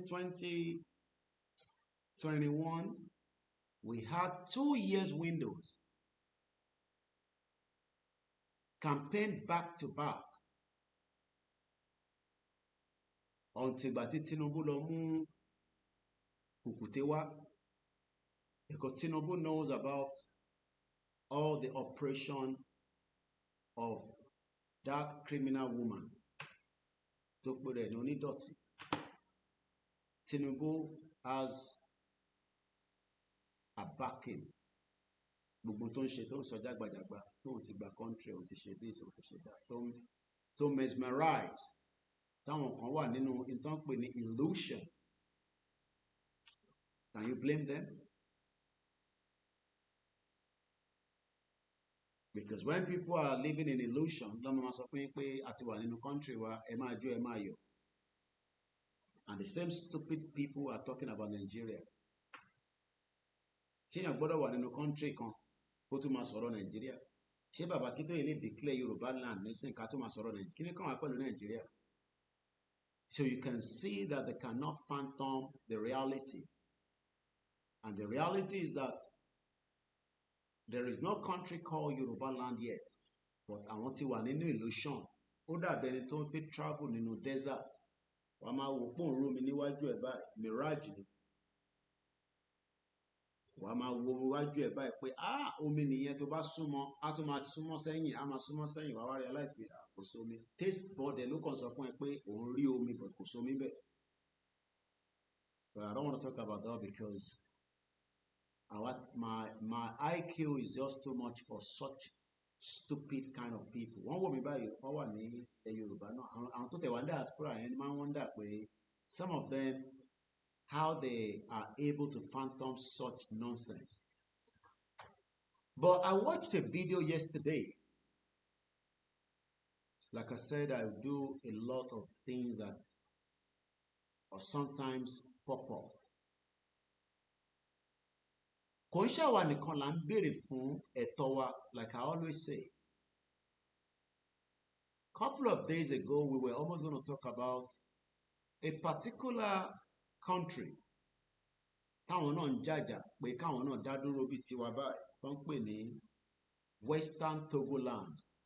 I've just come across the video again, and since we're still in the same bracket. But before we move out of that, let me complete the Sheikh Hasina tó sá kúrò nílùú. Kí ló dé tó ṣe sá kúrò nílùú? Àwọn wo ló ń lé? Ẹ̀ṣẹ̀ wo ló ṣẹ̀? Ṣèbóun ni prime minister, kò ní sójà ni, kò lọ́lọ́pàá ni. Kí nìkan tó wá lé kúrò nílùú? In tó máa lé yín kúrò nílùú ẹ̀yin olóṣèlú, ó ti ń súnmọ́ díẹ̀díẹ̀ torí ẹ̀ ní gbọ́ràn. In tó máa lé yín nínú state yín, ìwọ tó ń pè rẹ̀ ní gómìnà, èyí tó jẹ́ prime minister, tó jẹ́ odindi prime minister ìlú, àwọn aráàlú lé kúrò nílùú. Wọ́n lé débi pé òun gan ò lè sọ pé báwo ló ṣe ṣẹlẹ̀. Èmi kàn sọ fún yín nítorí pé ẹ ní gbọ́ràn. History dẹ̀ ti fún wa ní pé àwọn nǹkan kan ti ṣẹlẹ̀ rí, and they are still likely to happen again. And one of them again is the Arab Spring. I don't think some of you remember what the Arab Spring was all about. Ó bẹ̀rẹ̀ bí eré náà ni. látara pé àwọn tyrant government tí wọ́n jẹ́ pé wọ́n rò pé àwọn nìkan ni Ọlọ́run fún ní that zeal pé àwọn máa wà tyrant against their citizens. But today, it has become ìtàn. I will tell you about the Arab Spring as well. But let's stick to what we know from Bangladesh. Kí ló fà á tí Prime Minister tó ń control country wá di ẹni tí apá ẹ̀ ò tó láti control country yẹn mọ́? Ṣé Dàpọ̀ Abíọ́dún rò pé tí gbùrù bá fagbó nísìn ó lè control Ogun State? Ṣé Sanwó-Olú rò pé ibi Sanwó-Olú náà láti rí tí Tinubu snob àbẹ́ẹ̀rí fídíò yẹn? Ṣé àwọn náà ni àwọn tó yẹ pé àárín gbogbo wọn ọ̀dọ́ mọ́rán olè kan náà ni gbogbo wọn, àti Tinubu àti Sanwó-Olú ọmọ ìyá kan náà ni wọ́n? Torí àti Sanwó-Olú àtàwọn previous governor àwọn ló ń bá Tinubu jalè ní Lagos State tó ń kówó fún. Ṣèbó owó tí Tinubu ń lò ló ṣe ń pè rẹ̀ ní Jagaban. Tó bá destroy revenue ibi tó ti ń rówó yẹn, ṣé ó lè pè rẹ̀ ní Jagaban? I don't think some of you know what is called when people go mad. Àwọn èèyàn fẹ́ go mad, but they are telling us to say to you that you will be affected. Ìwọ àtèmi, yes. Mo wà ní platform kan, mo ń gbọ́ tíyàn kan ní òun gbàyè ní. Sometimes I don't think some of you know what we are fighting for. Wọ́n nítorí rally ń bọ̀, rally ò tí ì dé, òun tọrọ ààyè níbi iṣẹ́ pé òun fẹ́ lọ on leave.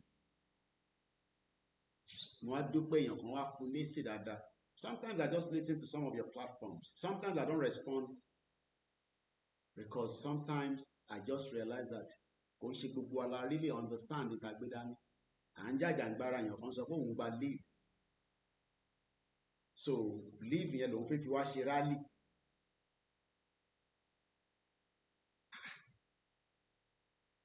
Àwọn gba leave níbi iṣẹ́.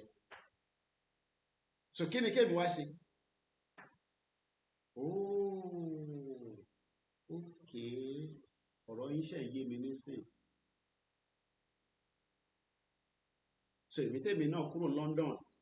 Ṣé rò pé èmi náà níṣẹ́ tí mo lè máa lọ ṣe ni? So èmi tèmi kúrò London tí mo wà nínú Africa láti bí Ọlọ́run ló máa many months tí mo ti wà nínú Africa nísìn. So èmi náà níṣẹ́, èmi ò níṣẹ́ àbí? Ẹlòmíì ò mọ̀ tá gbé dání. They just think it's a joke. Àwọn ti gba leave níbi iṣẹ́, wọ́n dẹ̀ sọ pé May ni rally máa wá.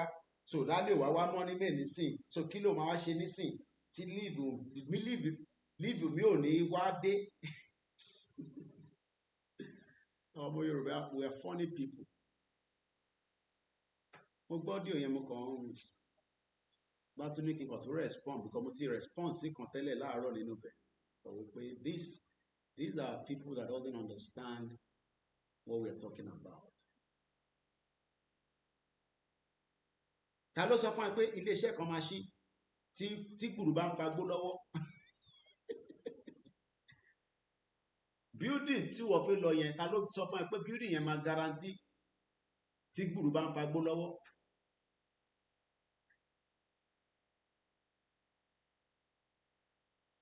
Do people know what we are fighting? Ṣé mọ́tà ń jà fún ṣá? I don't think some of you know what we are fighting for. Àná àfi gba country yẹn kan sọ̀rọ̀ leave. Àwọn máa gba leave níbi iṣẹ́ láti wá ṣe. Ṣé wọ́n ń gba leave fi wá ṣe protesting? Ṣé àwọn Arab Spring gba leave ni? Ẹ ṣọ́ọ̀pù ẹ mọ tẹ́ ń sọ gbogbo yín.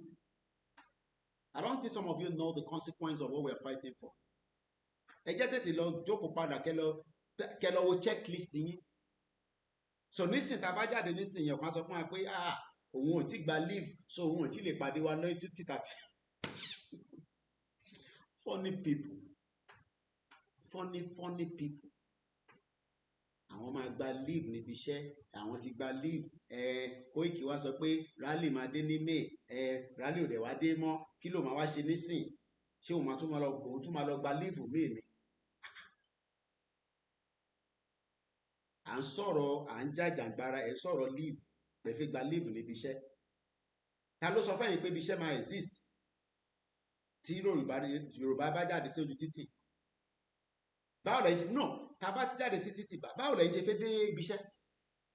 I don't think some of you really know what we are fighting for. Àtẹ̀tíwá mo ní wọ́n ti sọ Yorùbá nation di camp, wọ́n ti sọ dèrè lórí platform mi. À ń sọ̀rọ̀ bá a fẹ́ gba country yẹn kan sọ̀rọ̀ leave níbi iṣẹ́. That is the mentality of àwọn tó ti gbọ́ Yorùbá nation nìyẹn o.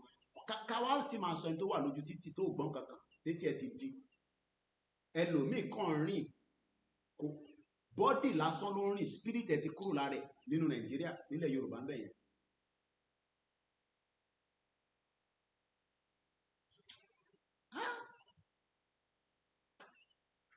Àwọn olóṣèlú ti báyé wa jẹ́. Wọ́n tẹ̀lé jẹ́ ká ronú dáadáa mọ́. Ẹlòmíì agbọ́dọ̀ máa bá yín ronú nísìnyí, because mo kàn ń try láti wonder àgbà tí mo gbọ́ díò yẹn nínú platform yẹn. Mo kàn wonder pé àwọn ti gba leave. Ẹ̀ ń gba leave pé fẹ́ ṣe rally. Ṣé èèyàn máa ń gba leave pé fẹ́ ṣe rally? Ta ló sọ fẹ́yìn pé ẹ máa débi iṣẹ́ tá bá bẹ̀rẹ̀ rally tẹ́lẹ̀? Èyí tó máa shut down gbogbo embassy tó wà ní Nàìjíríà. Ọlọ́run pé ẹ̀ tí mọ consequence nǹkan tá fẹ́ ṣe. No embassy will open nílẹ̀ Yorùbá. Gbogbo American embassy yẹn tábà ló ṣe fẹ́ débẹ̀. When the whole fucking road is blocked, òun sọ̀rọ̀ pé ó fẹ́ lọ sí embassy, ó fẹ́ lọ gba visa. What fucking visa ló ń sọ? À ń fẹ́ gba country wa náà. Ó ní da fún visa tó fẹ́ lọ gbà. Visa òfòwò ló fẹ́ gbà.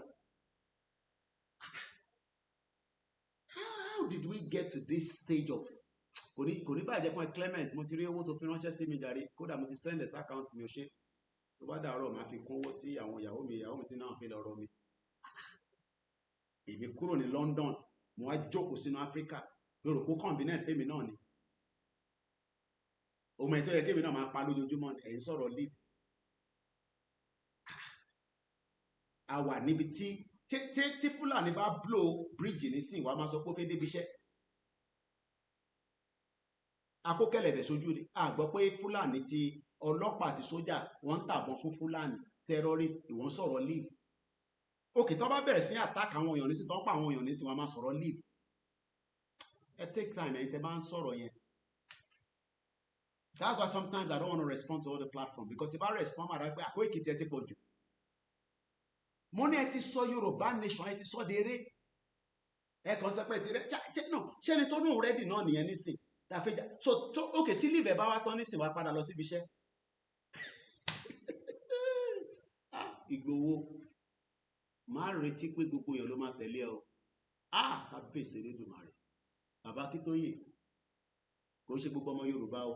Lóòótọ́ ẹ máa ń sọ fún mi pé 60 million Yorùbá ti rẹ́dì, kò ń ṣe gbogbo wọn. Ẹlòmíì òpònú ayé àtọ̀run ni. I am not sorry to say. Òpònú ayé àtọ̀run òun lẹ́lòmíì. Some bastards.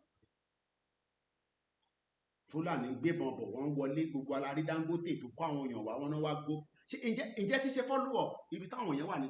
Okay, 500 people dé láti Katsina, níbo ló ń gbé? Ṣé Dangote fún wọn nílé inú campẹ̀? Ṣé ó ti kọ́lé tán máa ń gbé, tán ń sùn, tán ń jí, ṣé máa ń jáde sí títì? Kò sẹ́ni kankan tó ń béèrè yẹn. Ṣé mọ̀ pé kò sẹ́ni kankan tó ṣe investigation mọ́ nísìn? A ti gbàgbé yẹn. Àwọn yẹn ti wọlé, wọ́n ti settle down. À ń sọ̀rọ̀ a whole shutdown of a country. Ẹ̀yin sọ̀rọ̀ leave. Irú àwọn ilé náà la máa lọ gbé plan fún nínú platform. A ní ibi báyìí la máa gbà o. Ilé àkọ́ lọ síbi iṣẹ́ náà ní ọ̀nà tó máa gbà lélẹ̀ yóò, but tèmi bá fẹ́ wọlé, tí bá parí leave mi máa lọ gbàjẹ́ bóde wọlé. I don't know. You can see why we cannot stop. Mo wà lórí bed, mo àbí kí wọ́n ṣe program, àbí kí n jẹ́ kílẹ̀ mọ́ díẹ̀ sí i, but oorun ò wá mọ́. Láti 4 o'clock lójú mi ti dá wáì láì mọtí. láti 4 ẹ lọ wo post mi tí mo fi dúpẹ́ fún gbogbo yẹn fún birthday mi. That is the time mo ti jí sára before that time. So àwa tá à níṣẹ́ nísìn àwa ò ní leave báyà. Ẹni tó ń sọ pé òun máa gba leave àti ìwọ tó ló fẹ́ gba leave leave gan ló máa wẹ́ tí ó dà pé ẹ̀ tí mo ti gbogbo àjọ kó sí ẹ fẹ́ tí gbogbo àti bàbá Akintoye síwájú ẹ̀yin á wá padà síbi iṣẹ́. Ibi iṣẹ́ kọ́, ibi iṣẹ́ ni. Nobody is going anywhere. Ẹ jẹ́ kí bàbá ẹ̀ fún wa ní date. A kàn ń sọ fún bàbá pé ẹ má ẹ̀ kó pẹ́. Kéèyàn kan wá sọ fún wa pé òun fẹ́ travel. Wá travel nígbà yẹn. Wàá wábi tó ti máa lọ gba travel. Torí òní lè gba Muritala Muhammed Airport travel. Bẹ́ẹ̀ ni wọ́n sọ fún yín. Gbogbo ẹni tó bá ní plan ẹ jẹ́ máa strategize plan yín. Torí everywhere will be sure. Báwo ló ṣe fẹ́ dé airport nígbà tá a bá ti block gbogbo títì? Wàá sọ fún wa pé o fẹ́ lọ board plane kó ike jẹ́ káwa kọjá o. Ọmọ Yorùbá nation lèmi náà ṣe mọ̀ pàjọ́ ń ṣe Yorùbá nation. Ó dà pé gbogbo ọ̀tí mọ̀ ta kó sí. Mo ti sọ abẹ́gbọ́n sọ fún yín pé wọ́n ti sọ Yorùbá nation di eré ipá. Àti sọ di eré ipá. It has now become a joke, a comedy. Nígbà tí èèyàn lọ fún òun fi gba leave tí wọ́n gba leave fi ṣe program báyìí ṣé èèyàn ń gbààyè níbi iṣẹ́ kí ní kàn ẹ́ pẹ̀lú ibi iṣẹ́ à ń sọ ibi iṣẹ́ tẹ́ ti ń ṣe yẹn náà látijọ́ yìí náà kí ni nǹkan tó jáde ńbẹ̀ èlò ló ń sọ fún yín ní sálárì àwọn tó ń bẹ̀ mí ṣiṣẹ́ èyí tó sí lórí sálárì gan èyí tó sí lórí sálárì ó gbádùn ju púpọ̀ nù yín lọ tẹ́ ń ṣiṣẹ́ ní government office èlò ló ń sọ fún yín. The only people that we will give room àdèmọ́ máa search mọ́tò wọn kọ́ máa kó weapon torí àti monty Red Cross máa ń ṣe gbogbo yẹn làwa ti mọ̀ rè àwọn tó ń lọ hospital àwọn yẹn nìkan ló lè sọ pé àwọn lọ síbi iṣẹ́ emergency gbogbo wa láti kó sínú ṣòkòtò kan náà kò sẹ́ni bọ́ọ̀dì tó máa sá gbogbo wa lájọ wà involve nígbà tó ti sọ fún ìfẹ́ Yorùbá nation yẹn àtijọ́ wọnú ẹ̀ ni kò sí pé àmì àní níbẹ̀ ó máa ní èmi náà lára máa ní wọ́n lára ó rò pé kò ní ní family mi lára nílé ni ká má lọ múra sílẹ̀ dáadáa everybody ló máa jẹ breakfast tá a fi gbé jáde tá a máa fi débi tá à ń lọ à ń sọ̀rọ̀ àfi jáde yẹn kan sọ̀rọ̀ òun tọrọ àyè níbi iṣẹ́ fún rálì ṣe máa gbọ́rọ̀ ṣé ọ̀rọ̀ nìyẹn let's come back ká fi yẹn sílẹ̀ torí sometimes you just want to make our head more understand irú àwọn bẹ́ẹ̀ ṣe ń ronú so àwọn tó ń ṣe Arab Spring àwọn tó ń lé prime minister jáde àwọn èèyàn níṣẹ́ ìlú tó ṣẹ́tù ẹ kọ́kọ́ fọ gbogbo ẹ̀ mọ́ ká tó máa sọ̀rọ̀ bí iṣẹ́ afẹ́fọlẹ̀ Yorùbá mọ́ ìyẹn mo ṣe sọ fáwọn olóṣèlú pé àwọn ṣẹ́rí gbogbo ẹ̀kọ́ ṣe mi ẹlòmíì nísìn ó kàn ń jókòó báyìí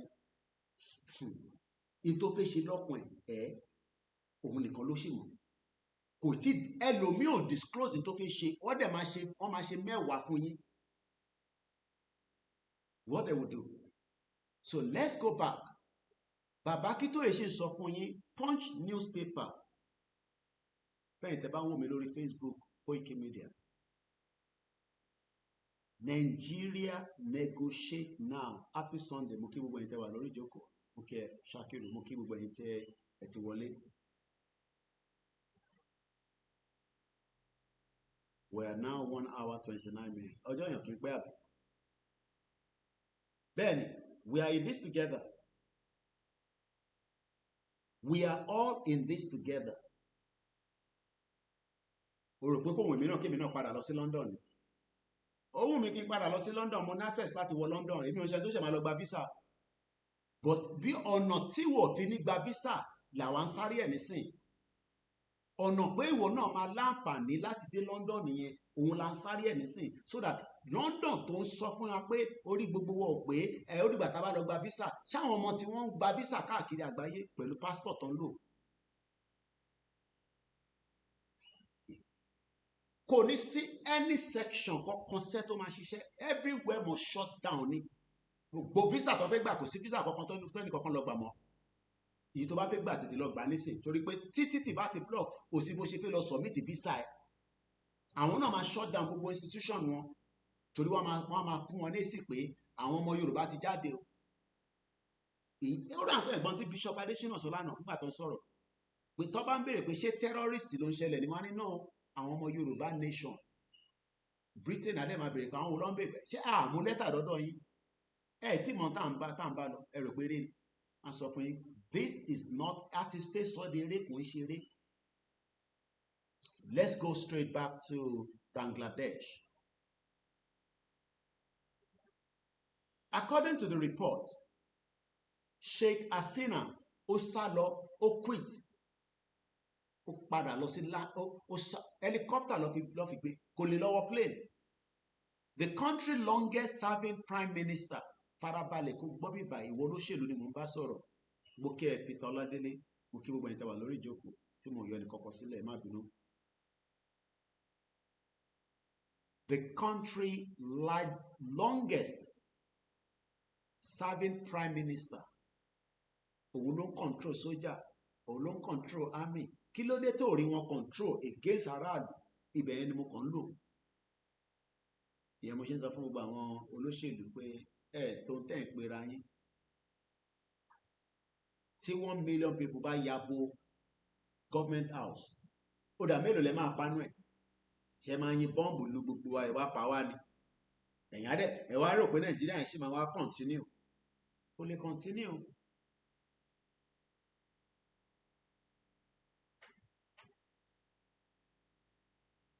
The prime minister was airlifted out of Dakar.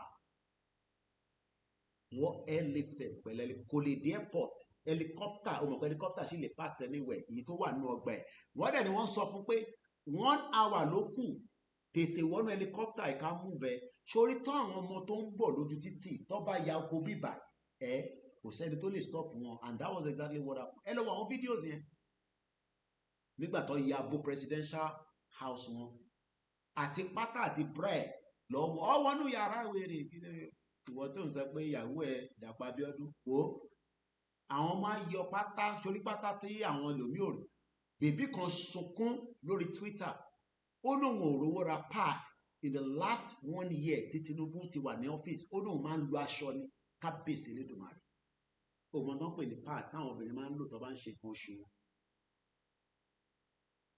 ó ń sunkún mo wo fídíò yẹn báyìí inú mi bàjẹ́ òrówó ra pad sanitary pad ó wá ń lo aṣọ lóṣooṣù ṣé country náà nìyẹn ṣe mọ̀ pé yẹn ẹ̀jẹ̀ ń jáde lára ẹ̀ kò rí tó máa gba ẹ̀jẹ̀ yẹn tó máa absorb ẹ̀ tó máa dispose ẹ̀ for 7 days tó fi ṣe ni 5 days ni ẹni tó bá lóyún nìkan ni kò ń ṣe menstruation ṣé ó gbọ́dọ̀ lọ lóyún nínú Nàìjíríà ta ló máa bá tọ́mọ ẹrù ìpáwà tá à ń ṣe Yorùbá nation nìkan la fi jáde àwọn èèyàn tí kò kan Yorùbá nation gan máa jáde torí ara ń kan ìlú tó ń pè ní ìlú ara ń kan everywhere ó hot transformer ni má fọwọ́ kàn wọ́n kàn ẹlòmíì kan dúró pé kọ́kọ́ gbọ́ ṣégobe wọ́n máa display èyí lẹ́ máa béèrè pé Koiki lọ́nà Badagry yẹn ní tó lọ níbẹ̀ yẹn ibẹ̀ máa hot gan ni èmi gan mọ́ àwọn olówó à ń bẹ̀ wọ́n kàn náà ọmọ Yorùbá náà ni ṣáwọn yẹn náà ṣe òfin ìpè gbogbo ẹ̀yẹ tẹ́wà ní platform nìkan lè fi jáde mélòó ní nínú platform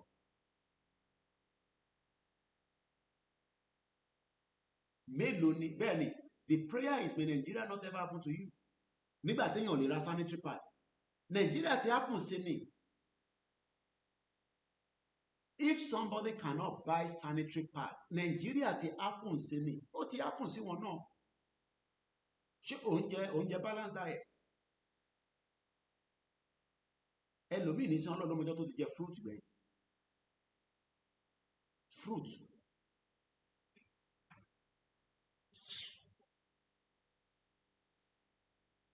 mo kàn ń fi Bangladesh fi ṣàpèjúwe fáwọn olóṣèlú pé prime minister kan wà kò ń ṣe ayé gbá eléyìí ṣẹlẹ̀ ní last year ọ̀rọ̀ last year ni mo sọ fún yín. So tó lè bá wá ṣẹlẹ̀ ní tó ṣẹlẹ̀ rí ta dẹ̀ rí ta ló wá ń sọ fún wa pé kò lè ṣẹlẹ̀ ní nígbà tí wàhálà bá bẹ̀rẹ̀. That's because ẹ̀yin lẹ fẹ́ mú wàhálà wá. We are still saying according to Baba Akintoye òun ló wà nínú iwájú mi 28th of May 2025 negotiate Yoruba nation exit now. Akintoye write Tinubu but Tinubu ò ní gbọ́ràn because Tinubu ó fẹ́ forge ahead for 2027 and that means we must all prepare for the eventualities of whatever would happen. In tó fẹ́ happen èmi ti ṣàlàyé fún yín. So kò ń ṣe pé mo ṣe ń pọ̀rọ̀ sọ àwọn tó fẹ́ happen ni pé crisis fẹ́ ṣẹlẹ̀ disaster fẹ́ ṣẹlẹ̀ kò dẹ̀ ní sí peace. Kò wá ń ṣe Bangladesh nìkan nírú ẹ̀ ti ṣẹlẹ̀ rí. Mo ló ti ṣẹlẹ̀ náà níbi kan tó ń pè ní àwọn Arab Spring. O mọ Arab Spring o gbọ́ rí wàá gbọ́ díẹ̀ náà nísìnyí. Let me pull out and this wọ́n pè mí kan ní history.com ibẹ̀ ní Nàìjíríà ibẹ̀ la máa deposit Nàìjíríà sí lágbára Ọlọ́run lágbára àwọn tó nílẹ̀ Yorùbá lágbára gbogbo àwa tí àníyàn wa da pé kílẹ̀ Yorùbá kó padà síbi tó yẹ kó dùà wọ́n fi ń pè ní identity wa kò ń ṣe torí Fúlàní torí identity gangan tẹ́lẹ̀ tá bá ti mú identity wa gbogbo ọ̀rọ̀ Fúlàní yẹn òkè ní UK nísìn tọ́lọ́pàá bá dẹ dúró nísìn kò ní béèrè pé where are you from tó bá ní kìlómítà torí àwa kan máa ń wà agitated tó bá bí wá pé where are you from because àmọ́ tó fi bí wá nìyẹn lórí burúkú ni àwọn ọlọ́pàá ní UK nígbà míì náà especially tó bá jẹ́ black person ètò bá dẹ̀ tó wà racist tó bá ní where are you from wọn náà I'm from here ẹ̀gbọ́n mi Peter Ọládélé àwọn lè mọ tí mò ń sọ torí security personnel làwọn tó bá bí ẹ pé where are you from yẹn o mọ tó fi establish gangan o mọ ṣe sọ fún ẹ wọ́n mọ̀ pé o kì í ṣọmọ UK dúdú nìyẹn báwo ló ṣe débí báyìí even though pé wọ́n mọ̀ pé o ti níwèé kò ń ṣe ẹni tó níwèé ni mò ń sọ nísìnyí o ẹni tó níwèé ẹlòmíì wọ́n bí sí UK ní British citizen ní láti ilẹ̀ but wọ́n mọ̀ pé tó fi lè jẹ́ dúdú àwọn ọ̀rẹ́ ò kì í ṣe British okay àwọn ọmọ tèmi nísìnyí wọ́n ní British passport right èmi sọ́fà èmi bàbá wọn sọ́fà kémi tó gbà wé but àwọn ọmọ mi ti ní British passport now tó bá dá ọmọ mi dúró nísìnyí tó bẹ̀rẹ̀ pé where are you from kí ló rò pé ó máa sọ ọmọ tó bí sí UK tó ti dé Nàìjíríà rẹ̀ and I'm from here I was born here wá wá béèrè pé no where originally are you from níbo gangan ló ti wá identity là ń torí ẹ̀já kó identity la ṣe sọ fún pé Nàìjíríà ẹ̀ ní sóríire gbogbo yín pátápátá ó kù díẹ̀ ni mò ń sọ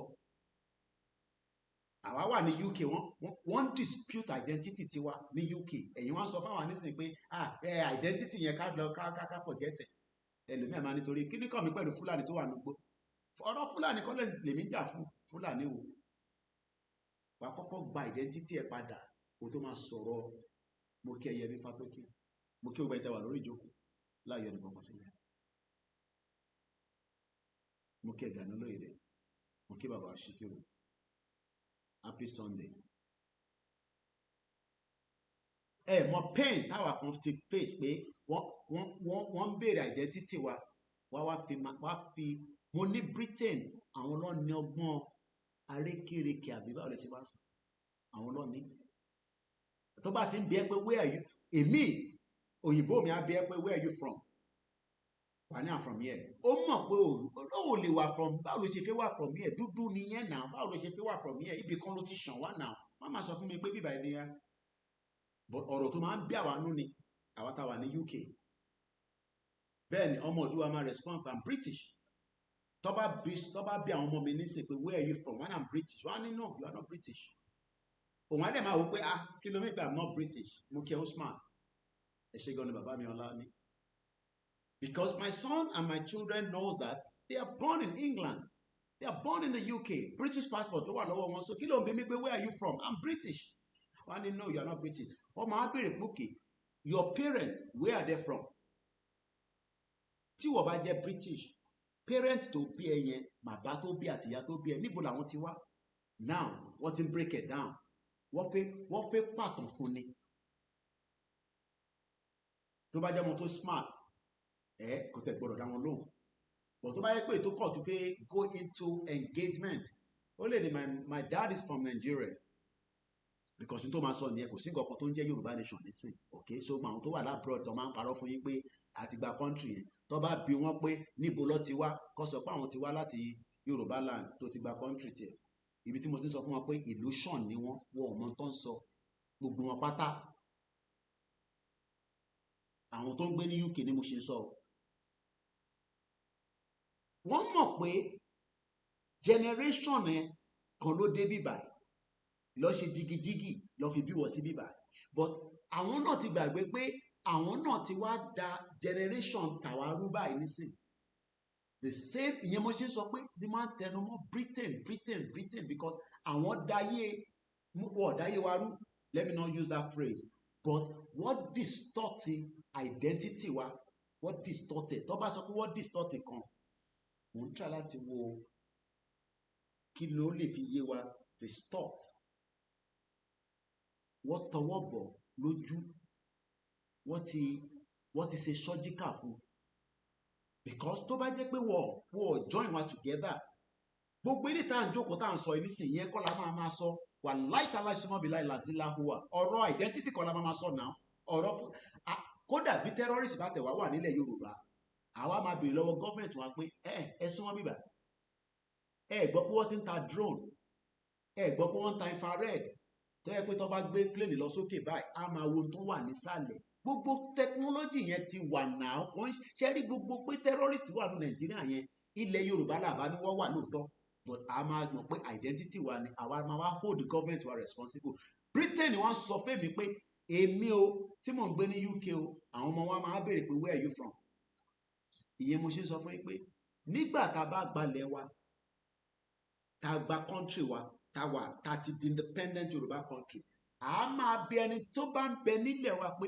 ọmọ ìlú wo ni wọ́n because àti di country so bóyá ètò ń sápamọ́ nígbà tá a ní kọ́ wá declare ara wọn pé a ti wà ní Yorùbá land o a ti wà ní independent Yorùbá country kólúkálukú wá sí local government yẹ o wá forúkọ sílẹ̀ o a fẹ́ mọ̀ pé Emeka nìyẹn òun gbé lójú Ẹlẹ́gba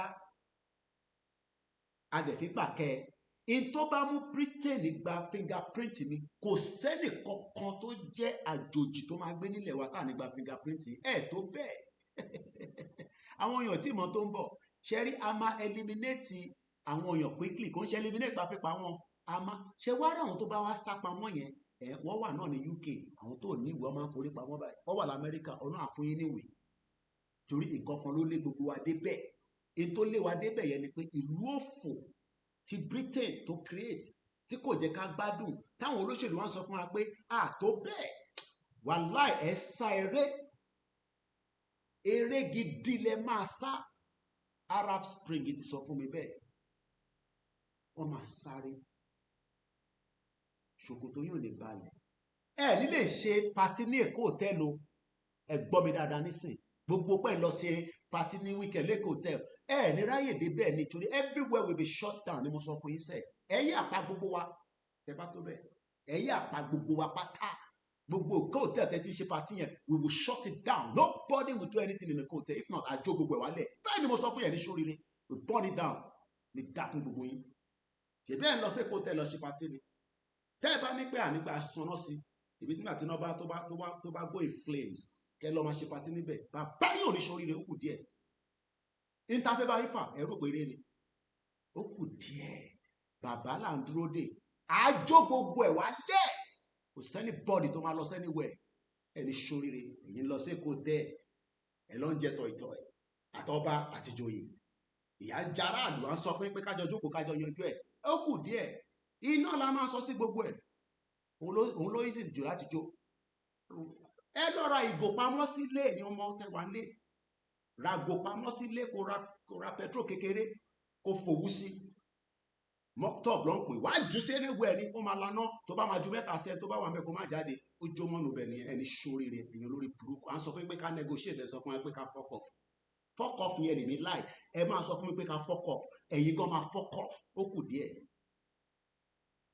ìyẹ̀wò ìyẹn kan àwọn sọ ilé ìyẹn kan sọ pé òun máa lọ síbi iṣẹ́ ìbáwo ló ṣe fẹ́ débi iṣẹ́ ọ̀nà owó ló fẹ́ gbà débi iṣẹ́ ó kù díẹ̀ ẹ jẹ́ ká yanjú ẹ̀ lọ́mọlúàbí ṣẹ́rẹ́ ọmọlúàbí yẹn ló dáa ẹ má jẹ́ kí wèrè gbogbo wa kó jáde sí títì torí wèrè ẹlòmíì èmi gan nílé hold ẹ̀ ara ń kan anybody báyìí transformer ni ẹ lọ́wọ́ àwọn platform àwọn ọmọ ti jáde wọ́n ti ready láti jáde tán ní last month but a gbọ́dọ̀ gbọ́ràn sí bàbá wa lẹ́nu ni bàbá yìí tí wọ́n sọ fún yín pé ẹ jẹ́ àyanjú ọ̀rọ̀ yìí ká negotiate ẹni ká ṣẹ́rí ọ̀rọ̀ tẹ máa ń sọ pé ká fuck off yẹn ẹ̀ẹ́bẹ́ èmi náà dúró pé èmi kan like ẹ̀ kò ń ṣe ọ̀rọ̀ tó dáa kí wọ́n máa sọ bá Amẹ́ríkà wọ́n ń lò lójoojúmọ́ fuck off you bombo clap ọ̀dọ̀ táwa máa ń lò lọ́dọ̀ wa nìyẹn tó bá sọ fún ẹ pé bombo clap wà á sáré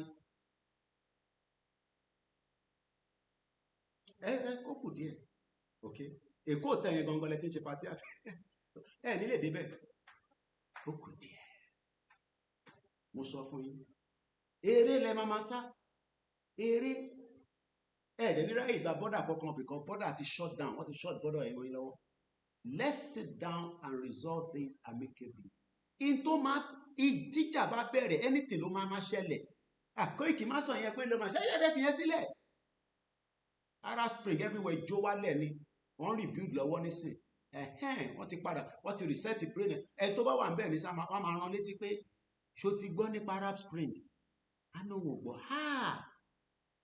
jẹ́ ń ṣàlàyé tó ṣẹlẹ̀ fún Arab Spring jẹ́ lo glasses mi márùn ojúmọ́ TV àbí laptop mi tó bá lọ sórí history.com ibẹ̀ ni Nàìjíríà máa end sí ibẹ̀ la máa tọ́jú Nàìjíríà pamọ́ sí mo kí ẹ̀jàre Ọláyínká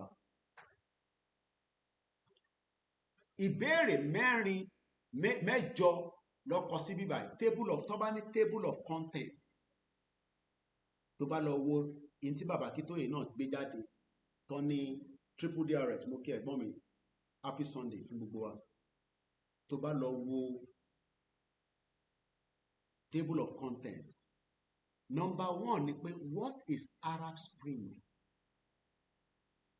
number 2 Jasmine Revolution number 3 why the name Arab Spring number 4 Arab Spring aftermath nígbàtí tí gbogbo ẹ bá lọ róò tó lọ Koiki o ṣé n tó fẹ́ dálẹ̀ nílé bomb bastard ṣé mi mò ń dálẹ̀ Nàìjíríà tó ti wà nù wàhálà tẹ́lẹ̀ ẹ̀yin ò mọ̀ pé wà nù wàhálà ẹni tó bá nẹ́mi ni mo fi dá nǹkan kan lẹ̀ tí máa fún ẹ lépè èpè yẹn máa jẹ́ fún ẹni. Number 5 Muhammad Gaddafi number 6 Bashar Assad number 7 Arab Spring timeline number 8 sources but èyí tá a kọ́kọ́ fẹ́ mọ̀ ni pé what is Arab Spring? The Arab Spring was a loosely related group of protest ọmọ tán pè ní loosely jẹ́ ṣàlàyé fún ẹ torí nígbà tí bàbá ní a máa jáde ní gbogbo ilẹ̀ Yorùbá àwọn kan ní no ẹ jẹ́ ká wà lójú kan ibì kan máa ṣe kinní kan tóyìnbó bá sọ pé Lima Oscar Oscar Sarah Echo Lima Yankee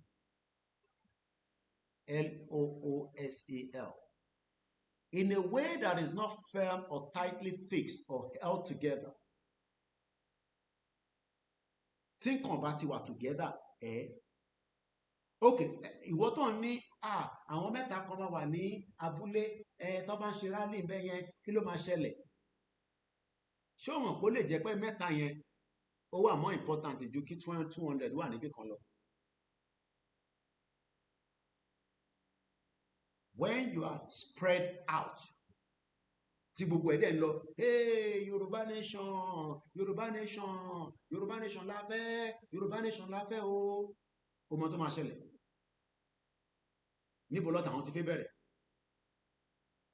ṣé wọ́n ní resources yẹn láti dé gbogbo àwọn mẹ́ta yẹn ó lè dáhùn gan lọ́mọ máa gbádùn because kò sẹ́ni kankan tó máa yọ wọn lẹ́nu ọlọ́pàá ò ní lè dé bẹ́ẹ̀ because kò sí resources fún wọn tó máa fi kó ọlọ́pàá lọ síbẹ̀ a rẹ̀ ti sọ fún àwọn yẹn pé tí baálé àdúgbò yín bá ti ń ṣe wèrè ẹ lé wèrè pa kẹyọ àdá sí kẹyọ àdá sókè kẹ lé pa.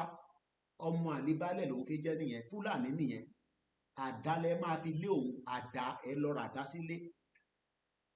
torí àwọn wèrè baálẹ̀ kan tó rí wọn ti fagbó tán tẹ̀lé fúlàní tó yẹ pé owó fúlàní ló ń gbà, táwọn yẹn bá fi yọ yín lẹ́nu ẹ yọ àdá sí wọn. wọn ò lóògùn kankan mọ́, wèrè ní gbogbo wọn, ò lóògùn kankan sí lọ́wọ́ any one of them, one bastard ni wọn. ẹ lé wèrè pa, ẹ lé sẹ́yìn odi, ẹ̀yàn wá take over palace yẹn, ibẹ̀ lẹ ti máa dáná. tẹ́wọ̀n kan bá ń ṣe fàájì lọ pé ariwo Yorùbá nation, àwọn ìyá wa kan máa bá wa dáná. ẹ máa dáná, ẹ máa dáná, ẹ máa lọ feed àwọn èèyàn níta, torí àwọn tó wà ń ta yàn gbọ́dọ̀ wọlé. ẹ̀yin lẹ àwọn nǹkan ló máa ẹ tá à ń sọ fún ènìyàn pé checklist yẹn ẹ máa lọ ṣe. ẹ̀yin kan lẹ máa dáná, ẹ̀yin ìyàwó ẹ máa dáná, ẹ máa ro ẹ̀bà, ẹ tètè ro ẹ̀bà, ẹ má nẹ fẹ́ ṣe ọbẹ̀ kan tó máa jẹ́ tó máa disturb yín púpọ̀, ọbẹ̀ tó máa tètè yá. bó jẹ́ ewédú ni chachachachachacha kẹ́kọ̀ọ́ fi atagúngó sí, kẹ́ fi crayfish sí, kẹ́kọ̀ọ́ lọ sún wọn kọ́ jẹ́ kọ́ tó reinforce, because à máa jẹun, I need the strength. àwọn èèyàn rò pé eré padà fẹ́ lọ ṣe ọbẹ̀ gúre kíákíá. ìwọ tó bá dẹ̀ lè fa ẹ̀gúnfe wá sójú títì, wá ṣapa sójú títì, a máa jẹun lọ, everywhere will be shut down. náà sọ ìyẹn la ṣe ń sọ fáwọn èèyàn pé lọ gbáradì dáadáa. ìyẹn kan wá sọ pé òun fi gba leave lọ síbi iṣẹ́, òun gba kí ni ọ̀rọ̀ leave ló wà lẹ́yìn, ọmọ tó ń pè ní loosely ni.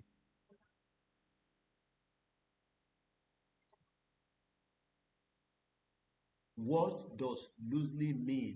Something that is loose. mo try láti wo kí ni mo lè lò. oríṣiríṣi nǹkan lè mi ti rà pamọ́, torí gbogbo yín ẹ̀ kí ń gbọ́ràn. lọ ra àwọn okùn báyìí, ó máa ní ìdẹ̀. ní tó dáa ni pé o mọ̀ pé ó wà báyìí nísìn, tí bá fílẹ̀ báyìí nísìn máa lose ẹ̀ sórí sign okùn yẹn nísìn, sórí ètò òlélẹ̀. lọ ra okùn, má bínú pé kí ló fi ṣe idiot, gbogbo nǹkan làwọn máa sọ fún yín. lọ ra okùn pamọ́, lọ ra okùn pamọ́, lọ gbáradì gidi.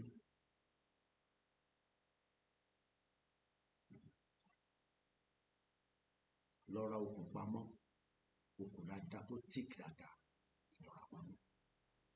tá a bá ti dé dá area yẹn, àìtí dé area yẹn nísìnyí, màá ṣàlàyé tó máa lò tó máa lò fún ẹ. ẹlòmíì kò ṣe social media láti máa sọ fún yín gbogbo nǹkan. ẹ wá sọ di movie, ó yá jókòó, ó yá máa sọ tó máa ṣẹlẹ̀. ṣé Kúnlé Afọláyan ni mí? But as a military personnel, tèmi ti wo film dáadáa, ẹni tó gbé backpack, o gbọ́dọ̀ mọ tó wà ní backpack ẹ. survival kit ló ń pè, survival kit. orin tán máa ń pọ́n fẹ́ǹsì ni wọ́n máa ń lo okùn, àwọn okùn kan tík, wàá sọ wàá jù lọ sókè bí o fi sáré pọ́n fẹ́ǹsì lọ sókè. ṣé building táwọn ọlọ́pàá àwọn ti gbé lọ sókè yẹn, ẹ jù kan sọ́yìn aka tó bá ti ha wàá fi sáré gbúdúgbúdú tíyàn bí mẹ́ta bá ti pọ́n sókè, tẹ́tí wọnú ọgbà yẹn. ẹ̀wọ̀n tó kọ àmà ẹ lọ ṣí gate fún wàá rọ wọlé.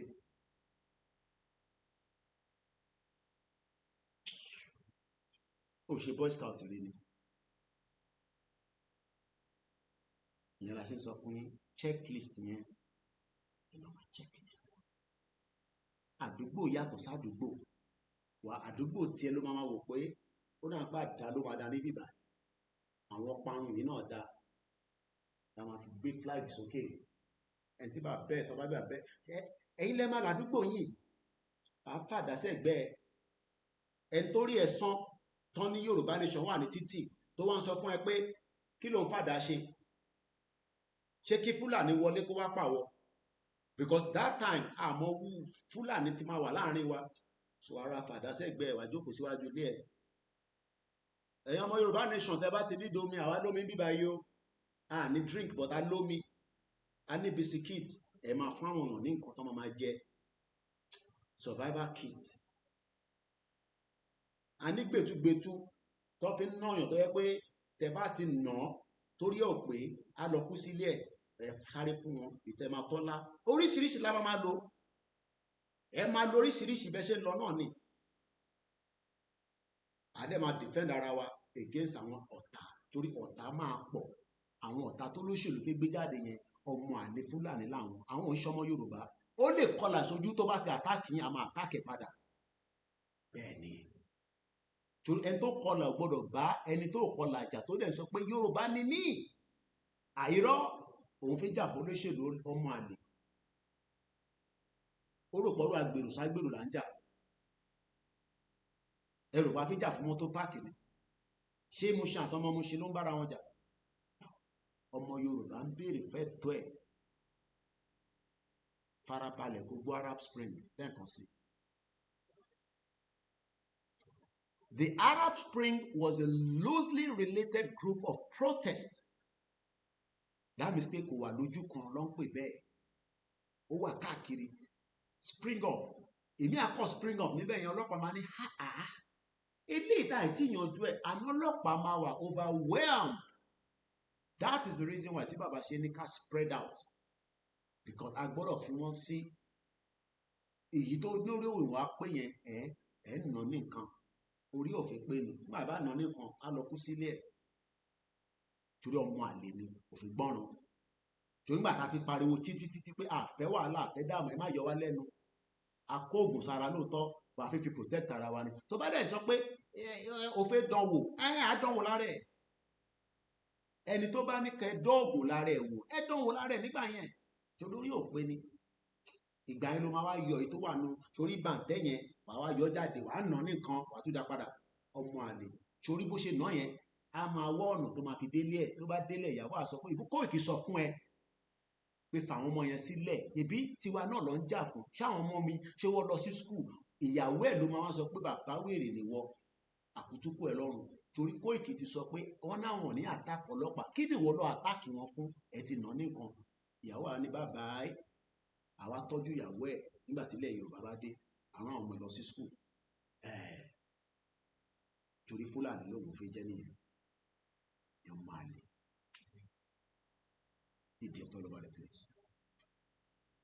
The Arab Spring was a loosely related group of protests that ultimately result in regime change. In countries such as Tunisia, Arab Spring yẹn ó change ìjọba tó wà ní Tunisia ìjọba bẹ́ẹ̀ sá lọ máa wá wọ àwọn olóṣèlú tiwa pé kí lẹ fira yín pé kò ń ṣe Tunisia nìkan Egypt náà fara gbá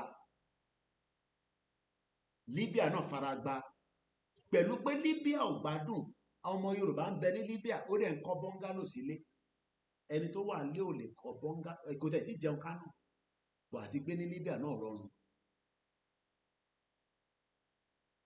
àti gbé nínú Libya tó ń sọ yẹn náà kò rọrùn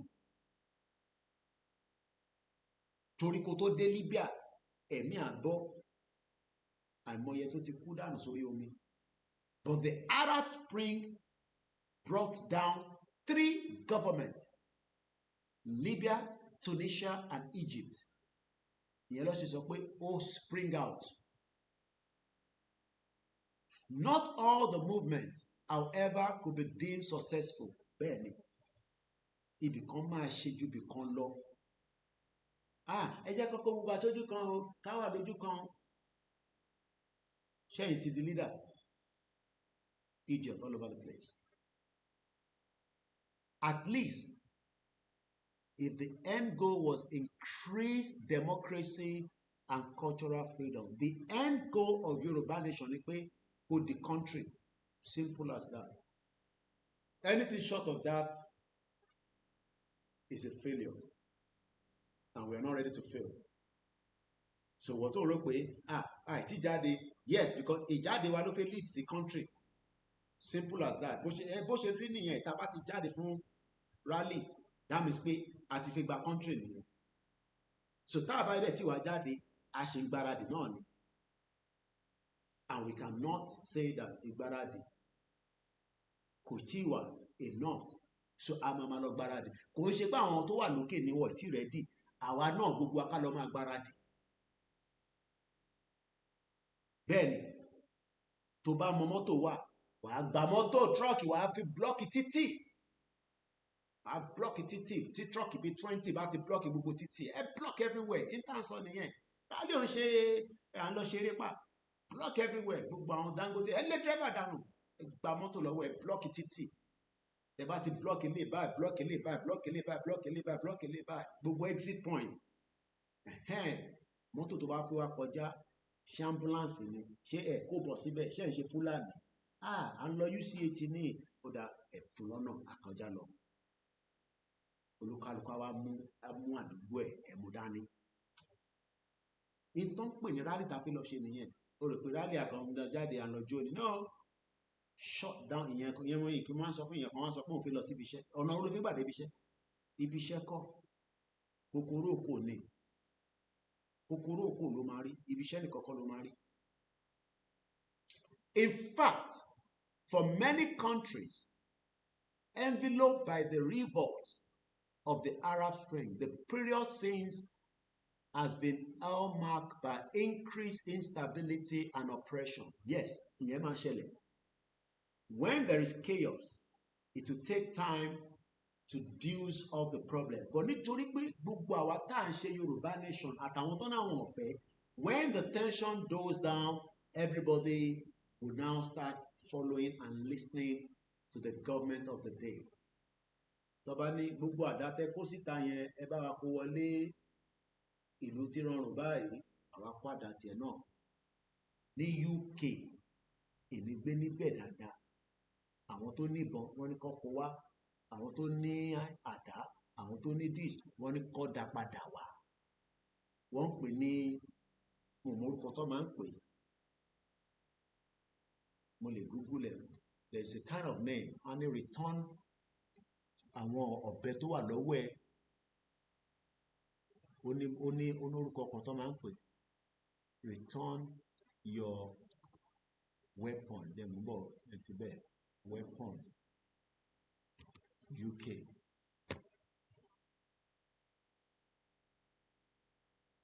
In the UK, return your weapon refers to the process of surrendering illegal or unwanted weapon to the police, typically through weapon amnesty or designated. Àwọn ògbómìí wà a máa wá kó àwọn táǹkì ńláńlá gbogbo àwọn àdá tá ti lò yẹn bí a fún 6 months wọ́n máa ní ó yẹ lọ fàdá yẹn síbẹ̀ tí ó rà fẹ́ kó máa fi ṣèyàn léṣe àti níjọba tó wà torí ẹ̀ pé ìjọba tó yẹ pé tó bá pọ̀ ọlọ́pàá yín ó ti débẹ̀ 10 minutes òṣìṣẹ́ ọlọ́pàá tó máa pè tó máa sọ pé òun ò lè epo nínú mọ́tò.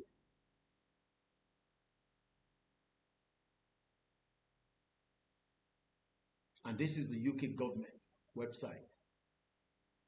Dangerous weapons to be taken off the street. More dangerous weapons will be removed from our street through a new government surrender scheme in partnership with the coalition of tackle knife crime. So wọ́n tó bá ní bí nǹkan tó jẹ́ ní tí kò jẹ́ kó wà lọ́wọ́ ẹ̀ bí aráàlú ànídà padà.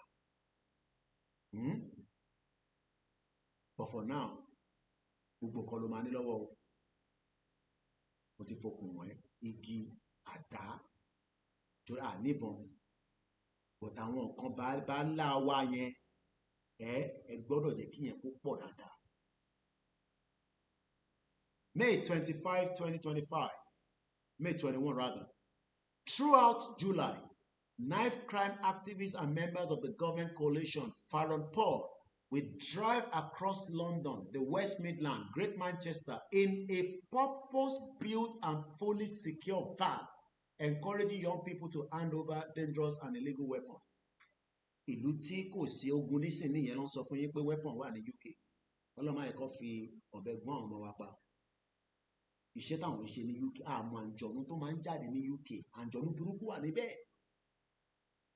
Tó bá ráwọn èèyàn tó ń gbá àwọn pásítọ̀ yẹn àwọn ìmáàmù àwọn babaláwo yẹn àwọn èèyàn fẹ́ fi protect ara wọn ní London ní UK because it's a country that has its own wàhálà òun ló ń gbọ́ nísìnyí pé weapon wọ́n máa wonder pé bó lọ́ọ́ ti rí weapon yẹn.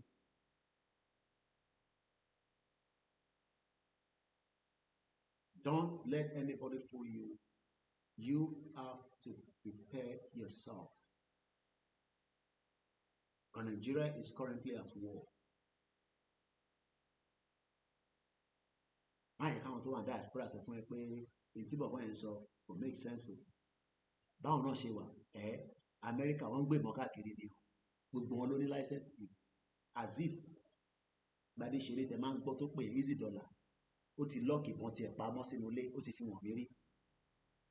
Ọ̀rẹ́ mi kan yẹn ó ti bá kùkùté lọ òní dárúkọ ẹ̀ Texas ló wà ó ti pè mí lórí fídíò kọ̀ pé dáadáa bá àtẹ̀mí bíbá mi pé sí o wọ́n máa ń tì pàtó náà ọmọ kékeré nínú ilé. Báyìí kẹ́ni kankan fún rẹ pé kó ìkíní kó lọ rà dápamọ́ àwọn ìbọn làwọn nílẹ̀ Amẹ́ríkà o ìbọn lọ́ní o lọ rà dápamọ́ sílé bíi mẹ́ta máa fi síbi táwọn ọmọ kékeré máa ti lọ fọwọ́ tó máa gé wọn lọ́wọ́ rà pamọ́ kó fi nǹkan kó fi wé kó fi síbi tọ́wọ́ ẹ̀ máa ti lè tètè mú jáde nígbà tó bá máa ní ìdẹ̀. torí báwọn kan ṣe ń wò mí báyìí ní sánmọ́ máa pè yín àwọn diaspora kan bàbá wèrè ni wọ́n gbádùn wọ́n ti pẹ́ lamẹ́ríkà pẹ́ ní UK pẹ́ ní Canada ayé tí wọ́n ní pé KPC kò ṣiṣẹ́ wọ́n dẹ̀ mọ̀ pé APC ò níbi kankan tó ń lọ 419 ní gbogbo wọn ọ̀pọ̀ ní abroad àwọn èèyàn gidi tó ń ṣe Yorùbá nation a máa sọ fún yín pé ẹ lọ múra sílẹ̀ dáadáa ẹ padà sí ìdílé yín wọ́n máa jẹ́ kẹ́nìkan kan sọ fún yín pé àwọn tẹ́pọ̀ sí kankan bọ̀kìdì irọ́ ni ó lọ bo ògún kó bo èṣù kó borí ẹ lọ ra ẹja àárọ̀ kó gbé sórí ẹ kó ṣí rẹ sí wòwò kó bẹ Ọlọ́run pé bá ṣe ń jáde lọ yìí àṣìta àbọ̀ ní bà mí àwọn ọ̀tá wa ni kó bà ayẹkẹ́ni kankan fúnlẹ̀ o ilé ayé ilé ogun gidi ni ayẹkẹ́ni kankan sọ fún ẹ pé a ò mẹ́tọ́ lè kárí pé ń ṣe o especially àwọn tó wà lábúrọ̀dì yẹn kò sínwé pọ̀ ní gbogbo wọn àwọn tó gbádùn lájọ́ ń ṣe Yorùbá nation àwọn tó gbádùn ló pọ̀ nínú wọn wọ́n wò mí báyìí nísìn mo rí wọn tó lọ wo football lánàá wọ́n ṣe flag Nàìjíríà òfò Nàìjíríà àti Jamaica ìlú méjèèjì Britain ti bà ayé wọn jẹ́ àti Jamaica àti Nàìjíríà ayé àwọn méjèèjì Britain ti bàjẹ́ but àwa táwa labroad àwa ń gbádùn orí gbogbo bó ṣe ń dán òyàtọ̀ bọ́dì tèmi gan nínú Áfíríkà torí mi ń gbádùn ni tí wọn náà bá ń jẹun gidi tó ń gbádùn oúnjẹ mẹ́ta ọ̀tọ̀ọ̀tọ̀ lọ́sẹ̀ inú ilé lánàá mẹ́ta ọ̀tọ̀ọ̀tọ̀ ìkọ́kọrẹ́ àti ẹ̀wà àdàlú ìyẹn ni máa jẹ láàárọ̀ yìí nísìn tí bá ti parí program nísìn máa lọ wọ́n ọmọ ìwà àdàlú máa fi gàrí mú bó ṣe jẹ́ kí ìwọ náà máa gbádùn ni o ní láti ṣe máa tọrọ owó lọ́wọ́ èèyàn kankan labroad káyé ẹ̀ tó dáa so don't be deceived by the diaspora tó ń sọ fún ẹ pé APC kan 2027 ó lẹ ṣeré tó wà nílé àwọn èèyàn náà máa bòṣórí tó wà ní diaspora gangan yẹn tó bá ń sọ fún ẹ pé 2027 election máa ṣépè fún ìran ẹ pé ìkànnì yẹn máa bọ́ nílé náà gbogbo àwọn tó pariwo tó campaign fún Tinubu ní London nísìn ní United Kingdom ẹ bèrè pé bó lọ́wọ́ wọ́n wálé ọ̀rẹ́ mi Balógun Èkó tó campaign fún Tinubu UK ló ṣì ń gbé kò ṣe má fara bọ̀ ṣe ọ̀bẹ́ òun ti join APC kò ṣe relocate wá kọ́ fún nílé lẹ́kọ̀ọ́ ṣèbí mo rí tó wá sẹ́kọ̀ọ́ láìpẹ́ bí a ní last year then àbí 2 years ago after Tinubu wọlé ṣèbí òun ti dọ̀rẹ́ wọn nísìn ikú kankan lè pa náà irú èmi ni mo lè lọ sílé anyhow because irú àwa ló ń wá làwa ṣe wà ní exile kò lè gbé lẹ́kọ̀ọ́ Èkó tó ń jà fún gan kò lè gbé lẹ́kọ̀ọ́ UK ló ti ń fáyà wọn o mọ why because even though ó ń ṣe ti Tinubu àti Sanwó-Olú lọ́wọ́lọ́wọ́ nísìn his life is still a threat because àwọn kan wà nínú Lagos yẹn in tó ń sọ yẹn kò tẹ́ wọn lọ́rùn because he attacks them all the time ọ̀rẹ́ mi dáadáa ni mo ní sọ bí tí a ti mọ́ra fún yín I've known him for more than 15 years oṣooṣọ́rọ̀ 20 years láti mọ́ra bọ́ ibi tá ti mọ́ra yẹn màá fìyẹn sílẹ̀ so gbogbo wọn táwọn máa sọ fún yín pé Tinubu ní vision kankan Tinubu ò ní vision fún anybody ìrọ́dún pa ọmọ àlè Yorùbá ni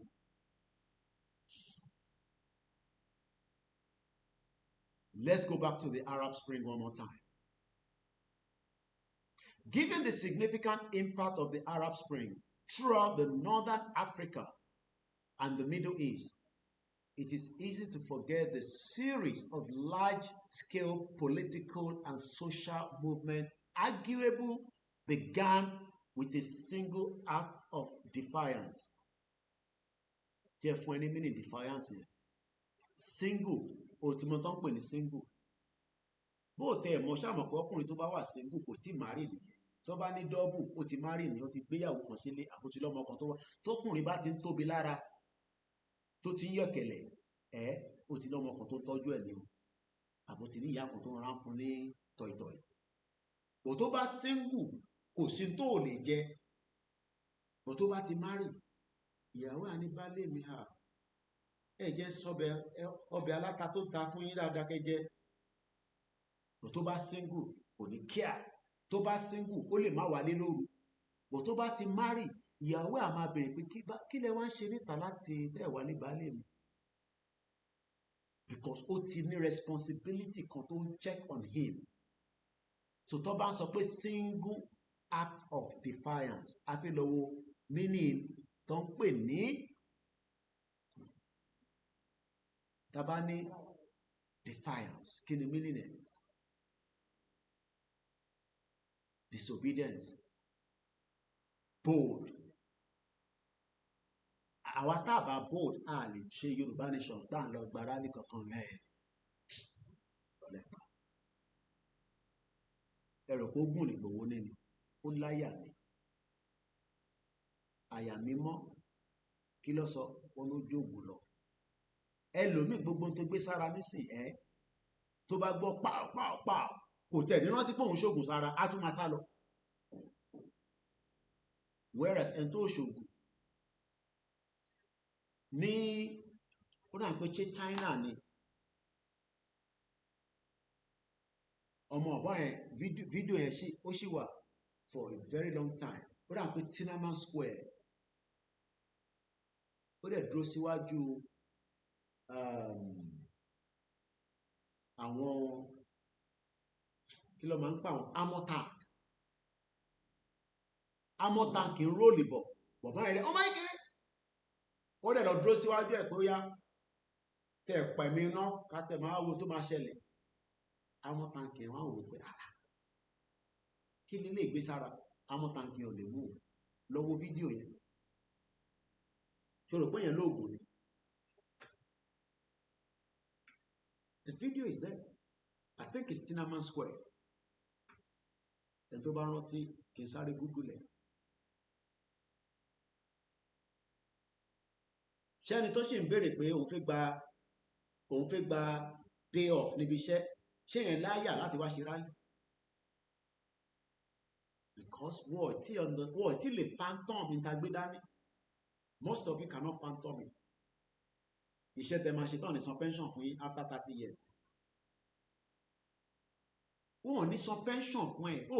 Kò síbi iṣẹ́ tó wà nínú Nàìjíríà nísìn tó ní value kankan fún ẹ ju pé wọ́n ń lù ẹ́ lọ́wọ́lọ́wọ́, wọ́n rí yín lò. Tó bá sick nísìn ṣé wọ́n lè tọ́jú ẹ̀?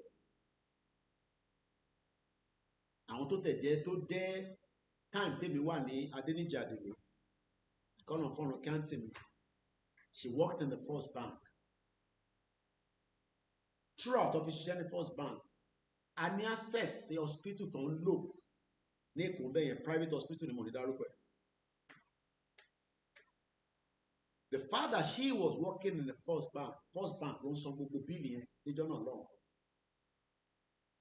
Táwa bá kọ̀ ti débẹ̀ kápọ̀ fún wọn lórúkọ, wọ́n dẹ̀ treat wa, wọ́n ń béèrè owó lọ́wọ́ wa, bíìlì ń padà lọ sí. Ṣé fi pé yẹn ṣì wà nísìn ṣá fáwọn tó tẹ̀ ṣiṣẹ́ ní First Bank? Ṣáwọn tó ń ṣiṣẹ́ ní báǹkì ní access yẹn nísìn? Béèrè lọ́wọ́ ọ̀rẹ́ tó ń ṣiṣẹ́ ní báǹkì ní GT tó fi parẹ̀ sí Nàìjíríà lọ́rùn lórí cashier. Olè ló fẹ́ jà ní, ó ń wá àkáǹtì ọmọ diaspora tó jẹ́ pé wọ́n ń dá sínú àkáǹtì yẹn, tó dẹ̀ mọ̀ pé àkáǹtì yìí ẹni tó ní Amẹ́ríkà ló wà, bó ṣe máa wọ́ owó yẹn lòun wá. Tó bá ní banking sector, ibẹ̀ ló lè pọ̀ sí jù láyé. Olè tó wà nínú banking sector òun ló lọ lọ́nkàn yẹn. Wọ́n wò mí báyìí nísìn, àwọn criminals, àwọn tó fẹ́ Yorùbá nation yẹn. Wàá kọ́ máa wonder pé báwo ló ṣe ń gbé lifestyle báyìí. Ṣé cashier yín náà ló ń ṣe nínú bank? Kò ṣe cashier mọ́, ó ti di bàbá olè criminal sínú bank. ó ti di jàgùdà, òun ló mọ bówó ṣe move láàrin inú bank. Àwọn tó wá jẹ́ ọ̀gá wọn, àwọn lọ́mọ náà, àwọn yẹn náà ti di bank owner. Ó ti mọ̀ wọ́n náà lókè, àwọn Ọ̀tẹ́dọ́lá tó lé lé mi, ó lè ní gbogbo wọn. Ẹ pọ́ǹpà, mo rí DJ Copy láàárọ̀ ẹ̀, ó ń kó ti Bible phrase, ó dà pé kò tí ì rọkọ̀, 30 years old, ó wá ń lo Bible phrase Isaiah 54. Àṣé nǹkan kan máa dun ọmọ olówó náà, bó ṣe máa rí nìyẹn. Nǹkan kan máa dun ọmọ olówó, bó ṣe tálákà kéré dẹ̀ ti gba sí fúnra wọn, ó ti bímọ 3 síta, àwọn ọmọ ń lé káàkiri báyìí nísìn. Dáàdì tí sanwó skul mi, wọ́n máa yọ mí lẹ́nu jàre, Nàìjíríà yóò gbádùn. Òun wọ́kọ nísìn torí pé ilé ayé ò settle down. Bẹ́ẹ̀ ni, níbo ni bẹ́ẹ̀ ti rówó ni mo máa ń béèrè lọ́wọ́ yín. Níbo ni Fẹ́mi Ọ̀tẹ́dọ́lá ti rówó kó wá sọ fún mi? Bomb bastard all over the place, àwọn olè, àwọn jàgùdà. Níbo ni Tony Elémelu tó ní UBA, báwo ló ṣe ní? Èyí tó kú dànù nínú helicopter, ò ń ṣàánú ẹ̀. Kí ni kàn mí, ó kú dànù ní gbogbo ọ̀rẹ́ táwọn fẹ́ para wọn sí property ẹ̀. Èyí tó ní ṣe Sky Bank àbí GT àbí Savannah Bank lẹ́kọ̀ọ́, ó kú dànù sí Amẹ́ríkà, wọ́n pa wèrè dànù. Helicopter já wálé àti ìyàwó àtọmọ wọn kú dànù. Báǹkì yẹn wọ́n náà ọmọ Yorùbá ló ní, wọ́n jagbà lọ́wọ́lọ́wọ́ ni. Má pity anybody. Bẹ́ẹ̀ni kan bá kú Nàìjíríà nísìn, láti alókù Ajímọ̀bí ọmọ ẹkú, kí la mọ̀ tí bàbá ẹ̀ ti ṣe? Bẹ́ẹ̀ bàbá ẹ̀ ti fi dájọ́ rí. Má sunkún fẹ́ni kankan Nàìjíríà o, because ẹ̀jẹ̀ ti pọ̀ káàkiri, ó mọ who is who, ó mọ tó ń ṣe. Especially àwọn tẹ́ ń pè láwọn olóṣèlú yìnyẹn àtàwọn ọba, ẹni tó bá kú nù wọn láti lọ rẹ̀. RIP, ó dàbọ̀. Àkótókù ẹ̀ lọ́rùn. Kí láǹfààní wọn tó bá wà láyé? Àwọn kan wà ní sí táwọn gbàdúrà pé ká náà mú wọn lọ jàre. Ìwọ náà mọ̀ wọ́n ní láti ń dárúkọ. Kí lọ Ọbásanjọ́ ń ṣe láyé? Kí ni ìwúlò Ọbásanjọ́ fún èmi àti ẹni sìn? Lọ sí fáàmù ẹ̀ nísìn tó pè ní Ọbásanjọ́ fáàmù. Ṣóhun ló ní irú fáàmù yẹn? A máa yábò fáàmù yẹn. Oúnjẹ pọ̀ níbẹ̀. Ẹ yábò fáàmù yẹn, ká máa kó gbogbo oúnjẹ jáde. Ìtò ń bọ̀ máa dà oníbi máa pẹ́. Ọbásanjọ́ fáàmù àbẹ̀. A máa yábò gbogbo àwọn ẹlẹ́dẹ̀ yẹn. Èmi ò kúkú mọ ẹlẹ́dẹ̀ jẹ, èmi mọ ẹlẹ́dẹ̀ jẹ. Tẹ bá gbé dàgbà gbàgbàgbà pẹ̀lẹ́dẹ̀ dànù kẹ́. Fọ́ ẹlẹ́dẹ̀ síta, àwọn yẹn a máa jẹun lọ. Ìtò ń bọ̀ tó máa dùn ní. Kí ní pọ̀ ìpẹ́lẹ̀ Ọbásanjọ́ fáàmù òun ló ní ni. Gbogbo wa la ní fáàmù yẹn nísìn. Ọbásanjọ́ fáàmù yẹn gbogbo wa la ní. A máa yábò bẹ̀. Bẹ́ẹ̀ ni mo sọ fún yín, tí rálì bá bẹ̀rẹ̀. Ta ló máa sẹ́ndì oúnjẹ sí? Nígbà tó Ọbásanjọ́ tó fowó lẹ̀ Yorùbá tó fi jí fáàmù. Ṣóhun ló ní fáàmù yẹn? Ṣèbí fáàmù tó ní kó lọ lò fún Nàìjíríà tó sọ di tiẹ̀, tó sọ di Ọbásanjọ́ fáàmù. Àwọn olè, kí ló ń ṣe láyé tó bá kú dànù? Àwọn bomb bastard. Mo sọ fún yín, ẹ sáré. Ó kò díẹ̀. Ó ti mọ̀ pọ̀. Lọ mọ ibi tó wà, má bí mi pé Ọbásanjọ́ á yábọ̀ bẹ̀. Gbogbo àgbàdo tó bá wà bẹ̀, fún àgbàdo síta káwọn èèyàn máa jẹun lọ. Wọ́n ní ṣoríire gbogbo wọn. Àwọn stockpile oúnjẹ sílé. Èmi ò mọ̀ bí ẹ lóòótọ́ ni wọ́n ní plane máa ń land síbẹ̀ tó ń gbé oúnjẹ jáde. I don't know how true that is. Mo ti gbọ́n yẹn ti pẹ́, kò ń ṣọ̀rọ̀ kàtẹ́ tó bẹ̀rẹ̀ movement. Cargo plane ó máa ń land síbẹ̀. Ṣèbí a rí airstrip ní Kogi. Wàá rò pé desert débẹ̀ yẹn pé bí igbó, wọ́n wá create ibi tí plane land sí nìkan. Àmọ́ tó ń kó níbẹ̀. Ní Kogi state, ṣèbí gbogbo ilẹ̀ rí fídíò yẹn. Wọ́n gbádùn, wọ́n ṣe yọ̀tọ̀ lóríṣiríṣi kan lọ. À ń sọ fún wọn, negotiate now. So defiance, a máa kúrò níbẹ̀. Ìtàn pè ní defiance, òun ni wàá wà bold. O máa disobey gbogbo tó ń pè Nàìjíríà tá a bá ti jáde fún rally o. Anything tó bá ti jọ́rọ̀ Nàìjíríà jọ́ tá a bá ti jáde fún rally, you are not going to listen to it anymore. For now, o sì lè máa listen sí o.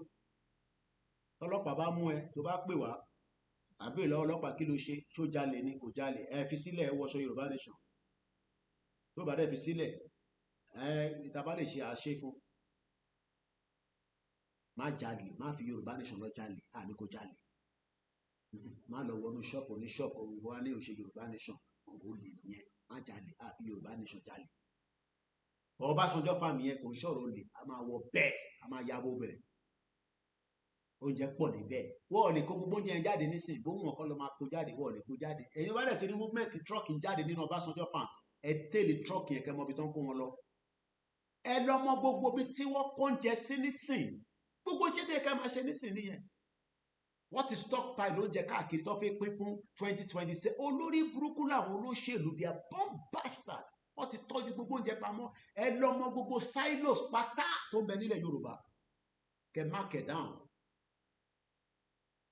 ẹ mark it down pé bíbá yìí ń dómìnà kó síbẹ̀ pálípálípálí tẹ́fẹ́ pín fún election àwa máa pín nígbà tí rally bá dé ẹ fọ́n síta fáwọn èèyàn wọn máa jẹun lọ ìwà jókòó náà mọ tó máa ṣe nísìn òun kánjú pé rally ò tí ì dé bí i time tó ṣe lọ máa ṣe checklist ẹ máa monitor àwọn truck táwọn gọ́ọ̀mẹ̀ntì ń gbé tó ń gbé ká ìmíì wọn kó àwọn náà ti gbọ́n ẹ̀yin lẹ máa tẹ́lẹ̀ tẹ́lẹ̀ pé trọ́ọ̀kì tó ń lọ yìí kí ló wà ń bẹ̀ oúnjẹ tó ẹ̀kọ́ pín fún yín òun ló ń tọ́jú pamọ́ fún 2027 ìmí máa bu ó bẹ́tà ká jẹ́ nísìn gbogbo ilẹ̀ rígbà tí wọ́n jáde fún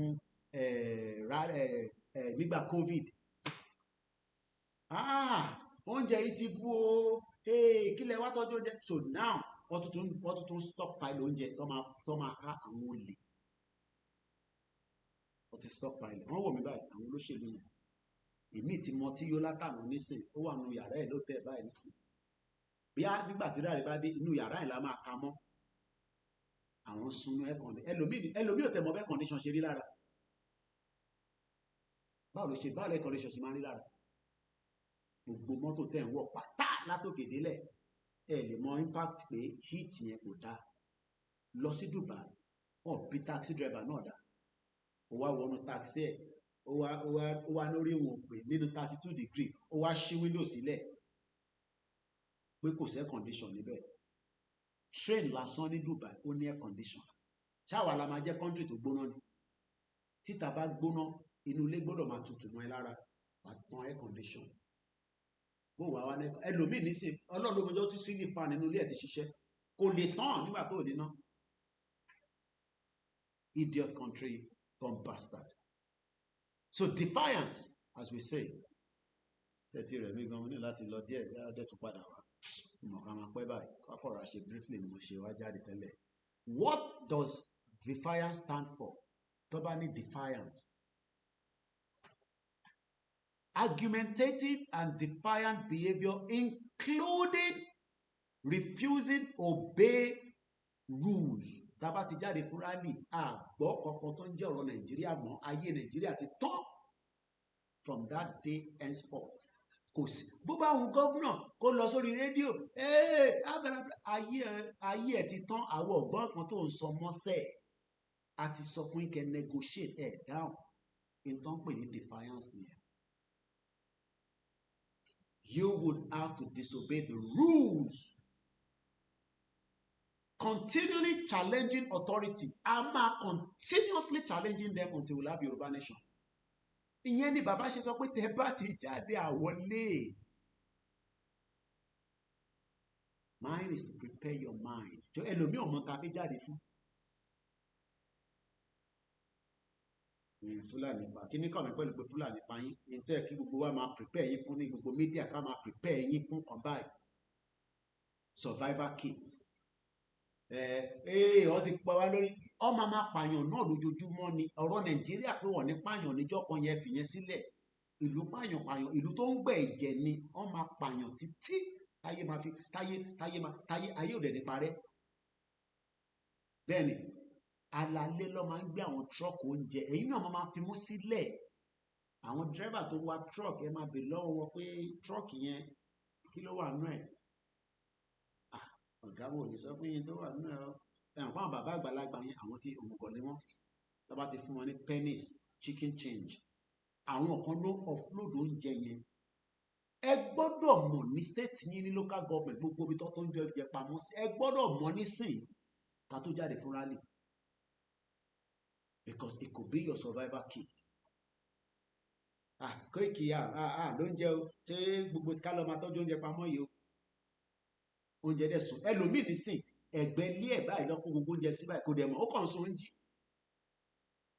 torí pé kò wà observant ẹ wà vigilant.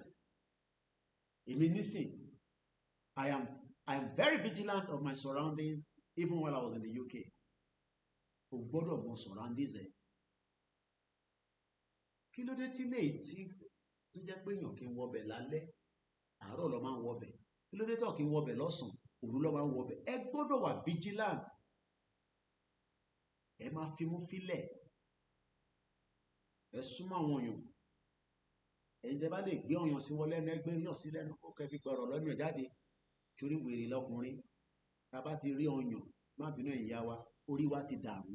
A gbé ọyàn sí lẹ́nu, a gbọ́rọ̀ fún ẹ pé nínú barracks yẹn weapon 6 ló wà ń bẹ̀ o. Barracks mi empty, ṣìngbá kò sí kankan níbẹ̀. A kàn ń gbọ́ military barracks, empty barrel, kò sí kankan níbẹ̀. Wàá wá gbé amọ̀ tanki tí kò ní amọ̀ tanki mi tó gbé sí Ìkẹjà yẹn, kò sí kankan níbẹ̀, empty barrel ní olùṣí ni wọ́n ti ta gbogbo ẹ̀. Ìbá gbọ́nà mo sọ fún yín pé wọ́n sọ pé sójà ti ta weapon. Ẹ̀yin lẹ́kàn rò pé ọlọ́pàá tó gbé bọ̀dádì yẹn kò sí, ẹlòmíì wọ́n ka búlẹ̀tì sí lọ́wọ́ ni 6 ni, tó bá yìn kan gbàgà pé kẹfì sá lọ ni. Ẹ wá dúró, ó tún yìn mí, ẹ máa kà á, ẹ máa smart ni, ó di méjì, òun náà máa ní pé wọ́n sá lọ. Á tún yìn kẹta, ìkẹrin yẹn máa point ẹ̀ sí yín. Ẹni tó bá dira dáadáa, ẹ já wálẹ̀. Tó bá máa fi di kẹfà, ẹ gbàgbọ́n ọwọ́ ẹ̀, ẹ wá nà lóògùn. Ẹ nà ní oògùn gidi, kò ní oògùn tẹ́ máa nà yẹn ilé ni kó lọ kú sí. Torí bomb bastard ọmọ Fúlàní yẹn.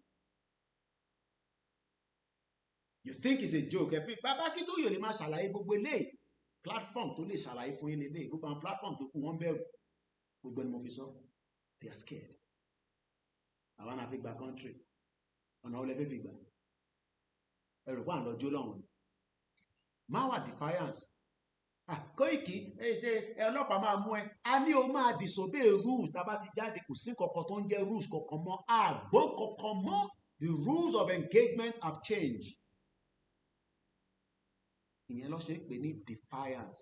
Spelling is D as in dodo, E as in egg, F ẹja, I India, A apple, N November, C for chalk. Ọmọ chalk táwọn ọmọ school máa ń lò. Ṣé wọ́n ṣẹ̀ṣì máa ń lo chalk? Kò ní dá fún gbogbo èèyàn olóṣèlú yìí. Nígbà tí electronic board ti wà ní sí, ọmọ tó ń pè ní electronic board.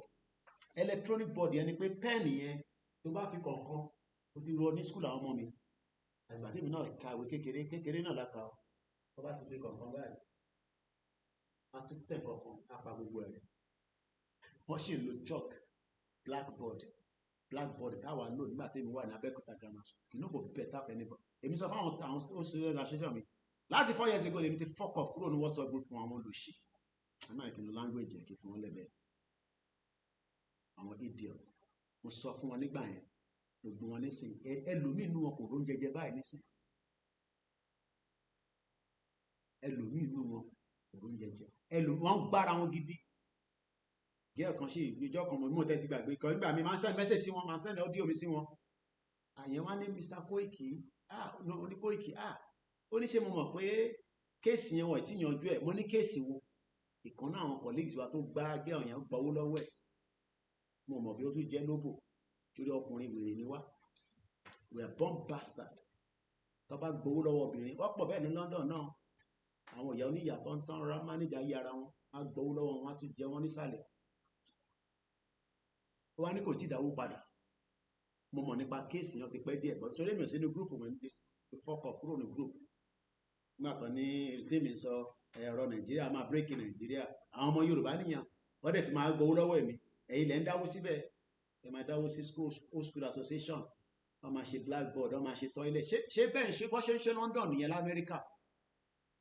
Ṣèbówó pé kẹ́kọ̀ọ́ ṣe fàájì nìkan lẹ máa ń dá l'Amẹ́ríkà, èyí tẹ lọ sí yunifásitì, jẹ́ máa ń dáwó pé kọ́ ṣe blackboard, kọ́ ṣe toilet, ìlú òfò. Ìgbà tó yé wa tẹ́lẹ̀ là ń ṣe gbogbo yẹn. Èmi náà ti da bẹ́ẹ̀ rí owó ọmọgọ̀. A fi ṣe blackboard, a máa tún toilet kan ní school. Toilet tẹ́kọ́ tí omi ò ní rọ́ọ̀nì níbẹ̀. Ó máa padà dilapidated ni. Wọ́n á bèèrè pé kí ló ṣẹlẹ̀? Tọ́ ìtí bọ̀bọ́ yàn tí fún ẹ lówó ẹ̀ padà. Mo ní ṣo sọ fún president tànà. ó ní ẹ kò yan òṣìn kankan sí mo ní president tó wà ń bẹ̀ ní sí nǹkan ẹ̀rọ náà sọ fún wọn ní bọ̀bọ́ yẹn náà máa dáwó padà ọlọ́ àṣùwàní wàláì nígbà tó máa tó di few seconds lọ́mọ yẹn tó send message kí n bá òun wá nǹkankan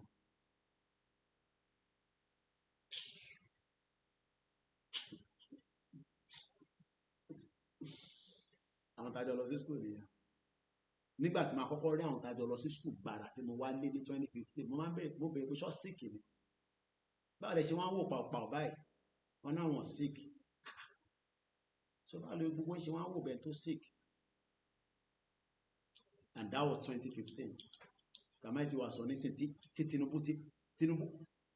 Tinubu fún ẹkùn anybody pa báyìí owó yẹn àti rí owó báyìí nísìn anybody báyìí nísìn ready láti stab ẹ for 1,000 naira bàbá ní lọ stab ẹ gbogbo 1,000 naira adé lọ stab ẹ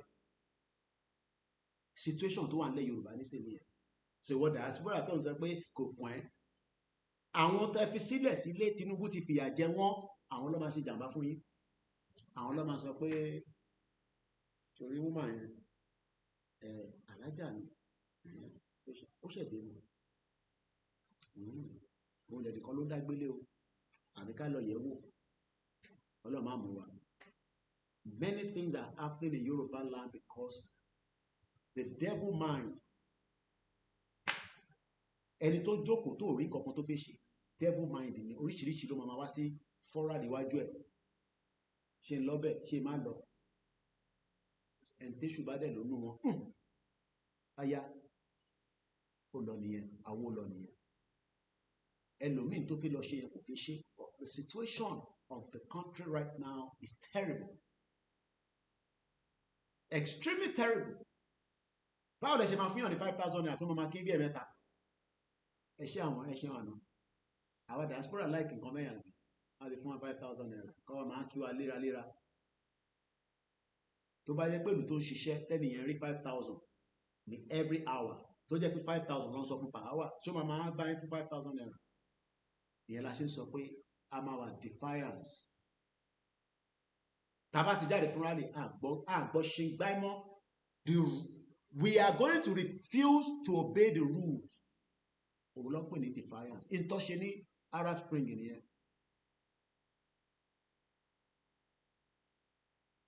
let me take it again what is defiance behaviour kí ni behaviour ẹ̀ tó bá wà defiance you will not obey the rules so wọ́n tó ń bẹ̀rù kí ló fẹ́ wá bẹ̀rù fún nígbà tẹ́ gbà ní obey rules ọlọ́pàá tó fẹ́ lọ bá tó fẹ́ wá bẹ̀ yẹn òun wọ́n ti ń wo pé eléyìí tó ti sọ fún àwọn ọmọ yìí pé kó gbóògùn dání kó mú àdá dání ọlọ́pàá yẹn náà máa tún wò èyí náà ní kẹlọ sórí social media ẹ mọbi tó wà ní mọbi tó wà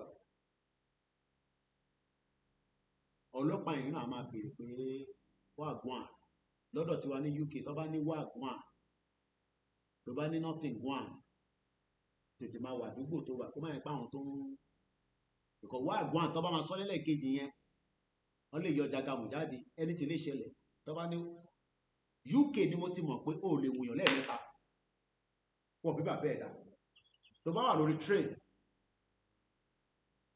ẹni tó ń wò yẹn tójú bá ṣe lẹ́ẹ̀mẹ́ta wọ́ tó ń sọ yẹn tí wò bá tètè gbéra ńlẹ̀ pé sorry ìyẹn la ṣe máa ń sọ sorry lẹ́ẹ̀mẹ́wàá astabẹ ni àádẹ jáde ní ṣe sórí ẹni tó wà lẹ́gbẹ̀ẹ́ yẹn tí wọ́n rò pé ó máa defend ẹ̀ sórí ìwé tó kà tẹ́lẹ̀ ayé agbéwò yẹn báyìí torí kò fẹ́ mọ tó ń gún àlẹ́gbẹ̀ẹ́ àwọ̀ lọ nìyẹn ó pa ẹ́ dànù nìyẹn that is why we are very careful in those countries mad country nílùú yẹn náà bó ṣe bẹ́ẹ̀ ṣe ń rí ní glamoury tí máa ń sọ yẹn ó má dìbò wèrè especially àwọn àjọ̀nù oríṣiríṣi atẹ́gùn tó ti fẹ́ káàkiri àwọn náà máa ń fẹ́ atẹ́gùn oríṣiríṣi àwọn náà máa ń gbẹ̀jẹ̀ o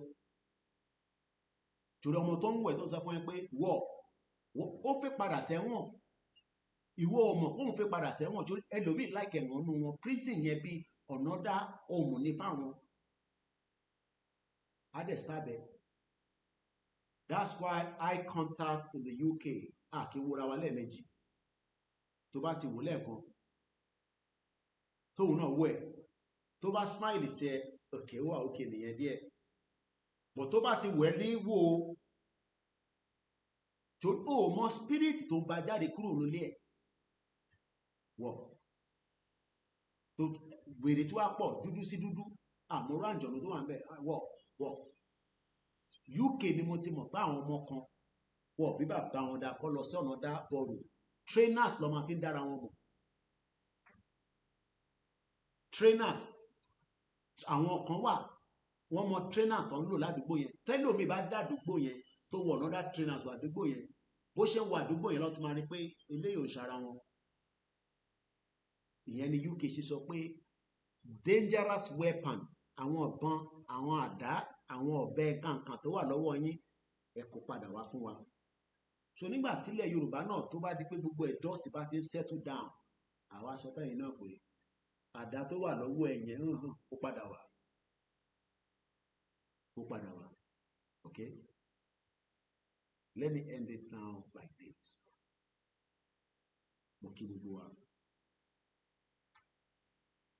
bẹ́ẹ̀ ọ̀daràn ọmọ ṣorí fìlà tèmi kan máa ń dé anyhow yẹn àwọn òǹdé fìlà anyhow irú àwa tá jẹ́ adult ni wọ́n really but àwọn tó jẹ́ ọmọ kéékèèké yẹn fìlà lásán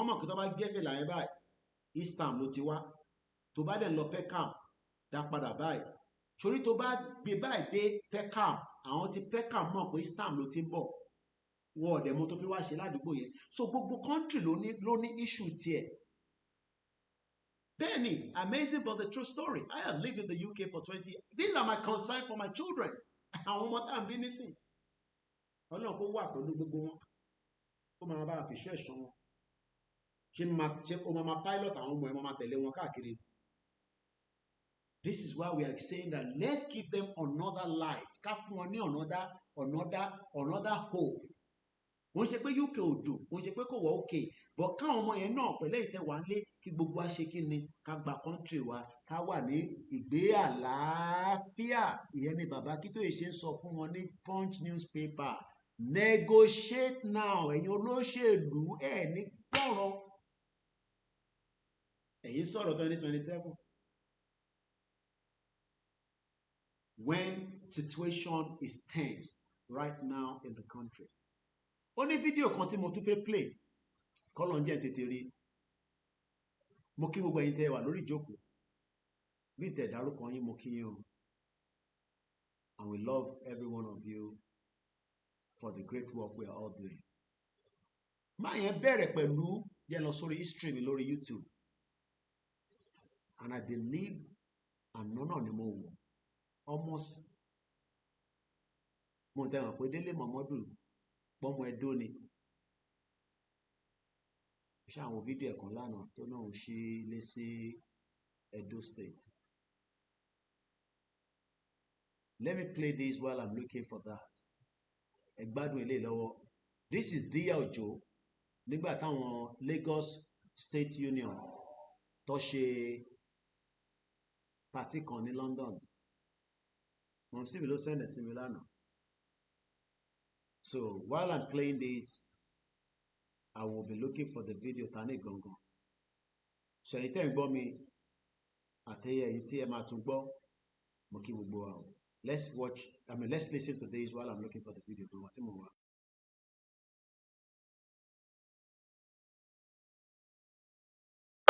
Láti gbàgbẹ́ wa, Yorùbá ló kàn. Láti gbàgbẹ́ wa, Yorùbá ló kàn. Ọmọ onílẹ̀ fẹ́ lulẹ̀ o. Ọláyọ̀mí nínú ìdí. Ọmọ onílẹ̀ fẹ́ lulẹ̀ o. Ẹ má ṣe jẹ́ ká lọ́ra wa jẹ, olúwa bí abìjẹ́ lẹ́kẹ́. Èmi ò kì í ṣe olórin alátẹnujẹ. Àwọn olórin máa kọrin nísìnyí àwọn wèrè àwọn bomb bastard gbogbo wọn pátápátá àwọn ìkà olórin ilẹ̀ Yorùbá gbọ́dọ̀ máa prepare wa nísìnyí ọmọ nílẹ̀ fẹ́ ló lẹ̀ o èmi ò ń ṣe olórin alátẹnujẹ níjọ́ yẹn mo notice pé ẹni tó jẹ́ bí a manager ó fi máa fún lọ́wọ́ pé Koiki ló wà wájú ẹ̀ máa lọ máa kọ Yorùbá nation náà nínú àwọn ọmọ UK tó máa pè wá mọ́ ó dáhùn mo rí èmi ẹ̀mọ̀ pé body language làwọn máa ń wò ní abroad body language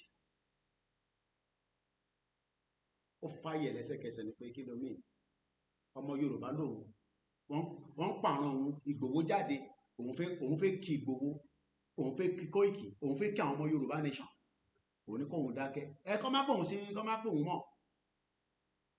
kọ́ má pè òun mọ́ sí anywhere ní London. This is what makes people different.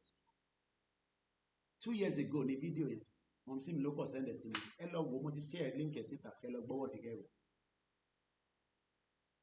Imagine tó bá jẹ́ gbogbo àwọn olórin gbogbo wọn ló ń ṣe orin ló ń kọrin báyìí wọn ò ní kọ́ ó lè ní gbogbo wọn bó ṣe máa tún prepare wọn ó yá Tinubu jagaba ó yá ẹ wá ṣe jump kọ́ máa kọrin ní Kòròdú kọrin ní dis kọrin nígbà. Wicked bombastic Yoruba actors, artists, musicians that have deceived every one of us. Àwọn bá dẹ̀ ní tí yóò kù díẹ̀ ẹ jẹ́ ká gbọ́ Díẹ̀ Òjó lẹ́ẹ̀kan sí mo kí ẹ brother mi Díẹ̀ Òjó 30 minutes straight lórí yẹn non-stop.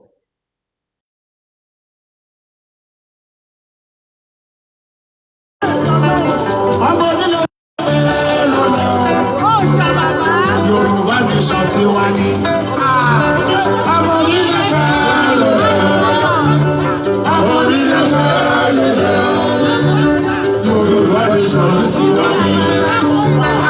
Àwa lọmọ Odùduwà o. Àwa lọmọ Odùduwà o. Láyé Èdùmàrè jẹ́ kó yẹ wá o. Láyé o. Àwa lọmọ Odùduwà.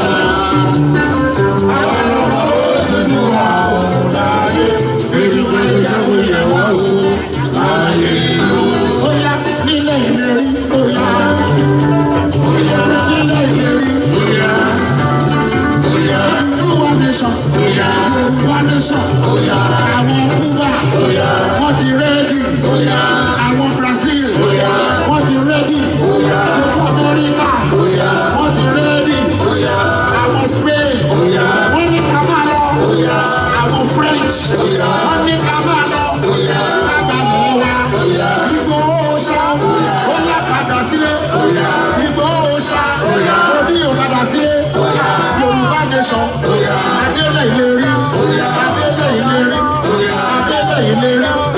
Ìkọ́ ìkọ́ mi kò ní ṣe kó má má rí o. Yorùbá nation, àgbàlẹ̀ bàbá wa, àgbàlẹ̀ bàbá wa, àgbàlẹ̀ bàbá wa, àgbàlẹ̀ bàbá wa. Yorùbá nation, Yorùbá nation. Ọmọ onílẹ̀ fẹ́ lulẹ̀ o.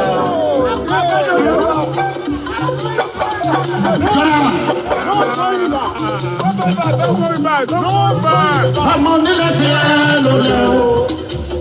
Yorùbá nation yìí ti wá ní àtìgbàlẹ̀ wa.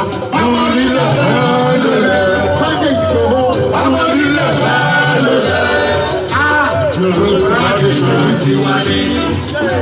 Tí Yorùbá bá dá dúró láyé Western region, àwa ni the first lórí television station. Ṣẹ̀rẹ̀ Liberty Stadium.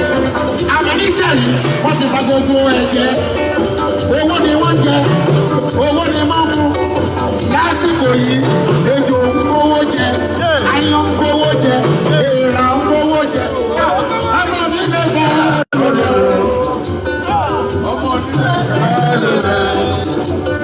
Yorùbá nation ti wá ní. Èbúdà Amadélé o, Amadélé. Odùduwà Amadélé o, Amadélé. Odùduwà Amadélé o, Amadélé. Odùduwà Amadélé o, Amadélé. Báyé pé báyé o, Amadélé. Ọlọ́yọ̀ mímí kò yìí kì í. Amadélé. Ọmọ sábà gàdé yẹ mọ́. Amadélé. Sunday Igboho ṣá. Amadélé. Ìṣòwò ẹni òun ṣe. Amadélé. Ìṣòwò ẹni òun ṣe. Amadélé. Mo ṣe ta kó tó lówó. Amadélé. Mo ṣe ta kí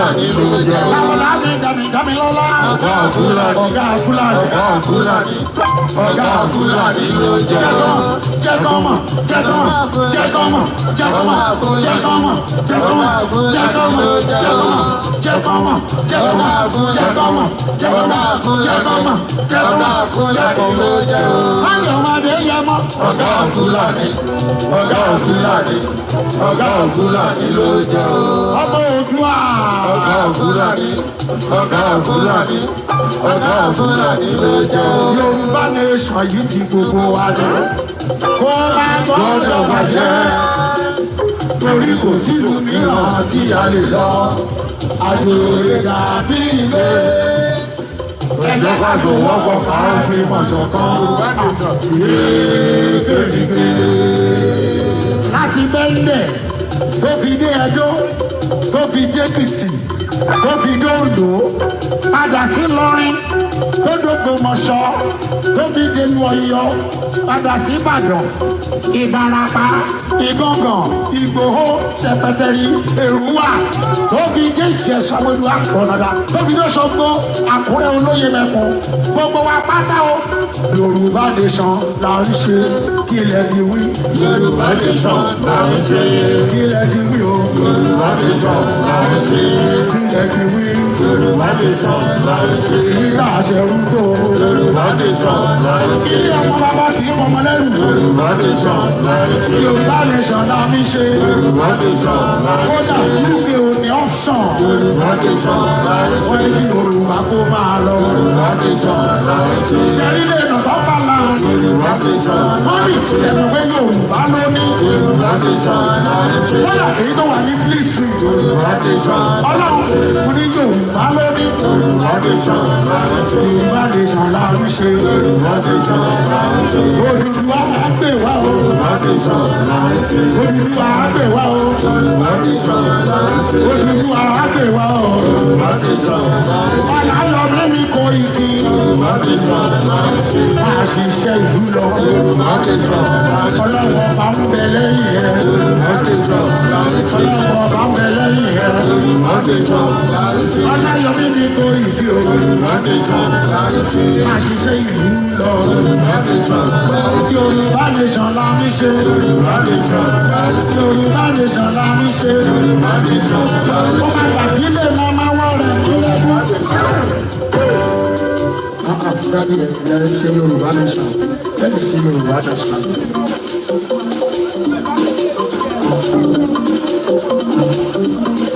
Mama,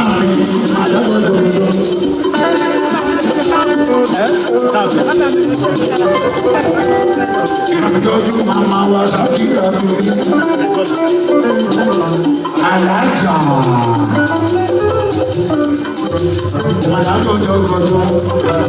Mama wa kò yí. Mọ́mí yóò ṣàgolo lọ́jà pẹ́. Yóò ṣàgolo lọ́jà pẹ́ o. Mọ́mí ẹni ro ìrànwọ́ ẹ. Yóò ṣàgolo lọ́jà pẹ́. Yóò ṣàgolo lọ́jà pẹ́. Yóò ṣàgolo lọ́jà pẹ́. Ẹni ro ìrànwọ́ ẹ. Yóò ṣàgolo lọ́jà pẹ́. Iṣẹ́ bí mo ṣe àsìkò lóko. Oṣù Aláyẹ̀mí.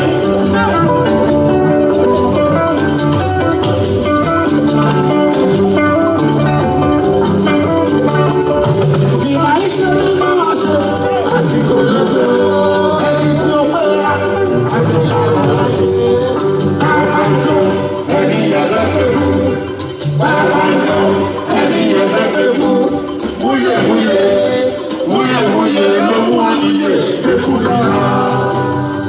Rí màmá wa kó ìdí ẹ̀mí ẹ̀fún màmá mi ní ẹ̀rọ mi lọ́jọ́ àlàáfíà sákìyà lómi o. Mọ́mí kì í ṣe ní màá ṣe o. Àsìkò lóko.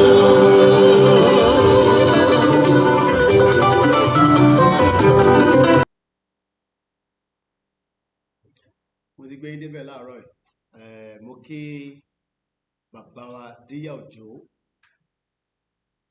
We did not pay him for this service 2 years ago. Akọ̀pàdé ní Lagos Union Club, I believe end of their party. And this is how we are meant to operate as Yoruba people. Even though níjọ́ yẹn ọmọ Yorùbá ń sọ sí létí pé kò lè ṣe léè tó fẹ́ ṣe yo. Àwọn tó pè gan sórin gan, I don't think they had any problem. Even tó bá ní problem kí ló máa ṣe sí. Àwọn ṣọmọ Lagos State. I will leave the rest for another day. We love you, dear Ojo. I can't find that video that was going to give us probably hour near another time. Latimua. It's exactly 3 hours into the program, and I believe I need to call it a day. This is how we start the new month. And to miss any part of the broadcast,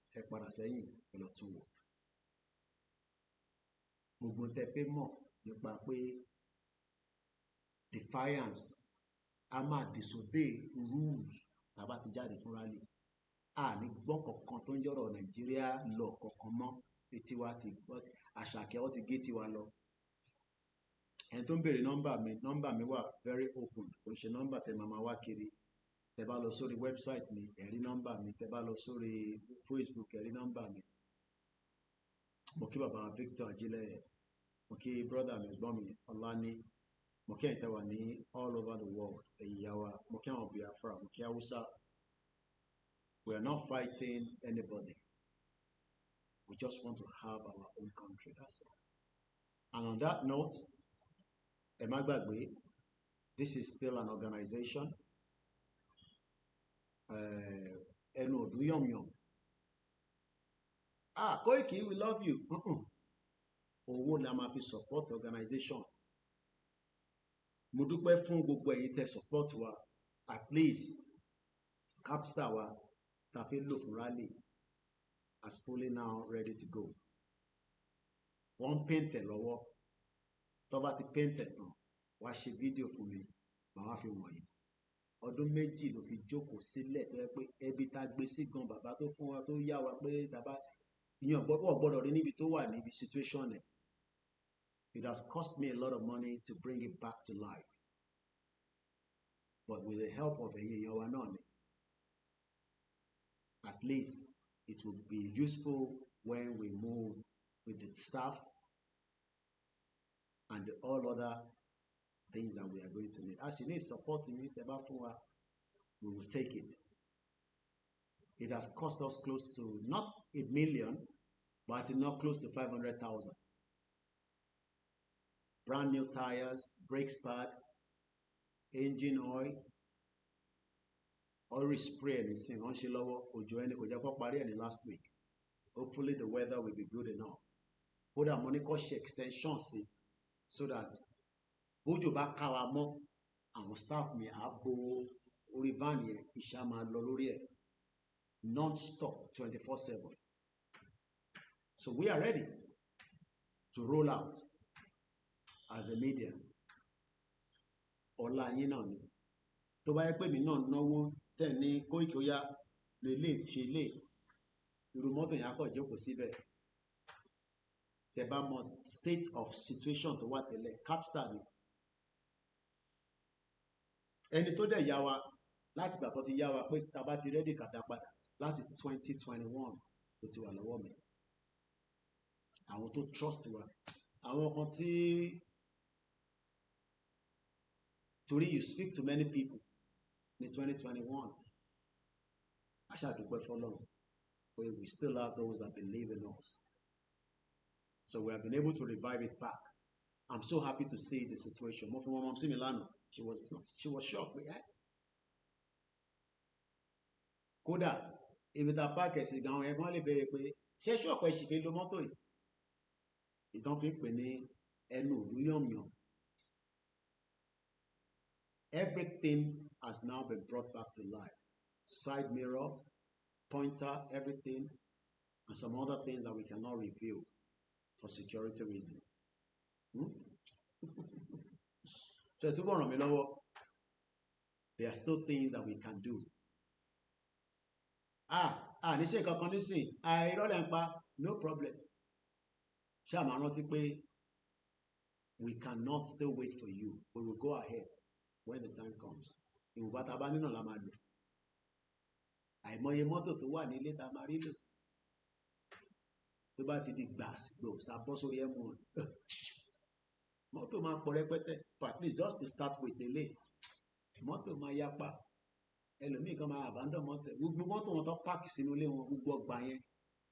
Gbogbo àwọn owó ìta ti jí lọ́wọ́ wa, ẹ̀yin politicians, tẹ́ ra mọ́tò bẹ̀m̀bẹ̀m sínú ilé. Kò díẹ̀. So that's how far we can go this morning. Ẹ tó bá fẹ́ ràn wá lọ́wọ́, it's voluntary. Do so that we can do more. There's still a lot that can be done even when we are out in the rally. Continuity ni. Until tí bàbá bá wá sọ pé a ti gba country o, ó dẹ̀ ti kù sọ́wọ́ government. Ìwọ tó ní ṣé bó ṣe máa wá ṣẹlẹ̀ náà lélẹ̀ ìtẹ́ǹsọ́ yìí. No, báwo ló ṣe fi máa ṣẹlẹ̀ tẹ́lẹ̀?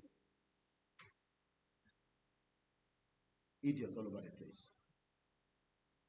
Àwọn òyìnbó nígbà tó wá kó wa lẹ́rú, àwọn ṣàlàyé rules of engagement fáwa pé bá ṣe ń bọ̀ yìí o, àní pààyàn bá ṣe ń bọ̀ yìí o a kàn máa ṣe báyìí o a ní ṣe báyìí o nígbà tó kó gbogbo yín lẹ́rú àtèmi àtẹ̀yìn torí gbogbo àwọn bàbá ńlá wa àwọn ìyá ńlá wa lọ́kó lẹ́rú àwọn ọba kan náà ló tà wá dànù bọ́n ṣe ń tà wá náà lénìí nísìnyí náà nìyẹn tí gbogbo wọn dákẹ́ lọ wọ́n ṣojú bí ìgbà tí ẹ kú wọ̀ ọmọ tó ń lọ ó kù díẹ̀ fún gbogbo wa ó kù díẹ̀ kí bàbá mi mọ̀ international mo kí obìnrin mo kí ọmọdé mo kí àgbàlagbà ẹ ká máa lọ bẹ́ẹ̀ kẹ́ni lọ gbọ́ àwọn pásítọ̀ yín tó kù náà lórí Sunday broadcast at least èmi ti parí tèmi aago 8 pam àwọn ti ṣe broadcast wa tán ẹ má wá gbàgbé ní Monday Tuesday Wednesday èmi náà máa gbàwẹ̀ yẹn bàbá ní ká gbàwẹ̀ ọjọ́ 3 àníyàn àwẹ̀ yẹn ni pé ilẹ̀ Yorùbá tá a fẹ́ gbà yìí kí gbogbo tó ń jẹ́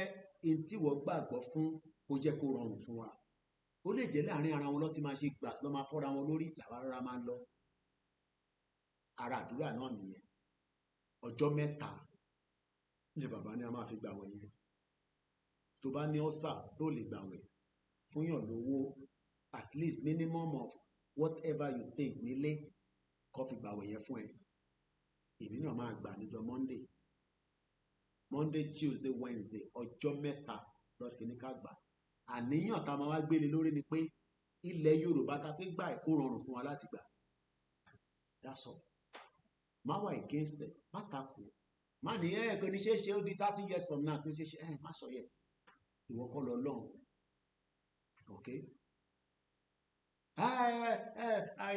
má gbẹ́rọ̀ ẹ̀sìn wá síbẹ̀ shut up ọ̀rọ̀ ẹ̀sìn kan lélẹ̀ à ń bẹ Ọlọ́run fún ẹni tí a fẹ́ àdẹ̀fẹ́ Nàìjíríà mọ̀ so mo kí gbogbo èèyàn wa ẹni tí bá dárúkọ má fi ṣèbínú I have to go now kí n lọ jẹ ẹwà dàlú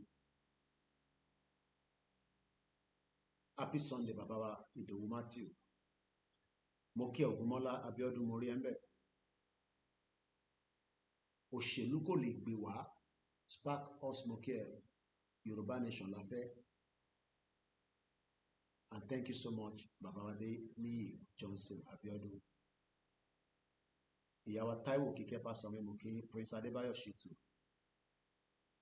Olúwa pẹ̀lú mi ìfẹ́ Olúwa àwọn orúkọ ńláńlá àwọn orúkọ tó rẹwà ilẹ̀ Yorùbá nìyẹn Ọlọ́run bá ń dúró tì ìyàwó Blessed Chinyere Ọlọ́run bá wa tú gbogbo àwọn tí ó wà láhàámọ́ tó jẹ́ àwọn ọmọ Biafra tó lórí burúkú Nigerian government tó tì mọ́lé láti Nnamdi Kanu Ọlọ́run á ṣe nírọ̀rùn fún Simon Ekpa ó ń ṣe terrorist okay o lè má like Igbo má ní terrorist ní Simon Ekpa ìjà tó ń jà lèmi náà ń jà lọ́wọ́lọ́wọ́ yìí olúkálukú ló máa lo ọ̀nà tó bá wù láti fi gbara wọn sílẹ̀ tó o bá nífẹ̀ẹ́ wọn fi wọ́n sílẹ̀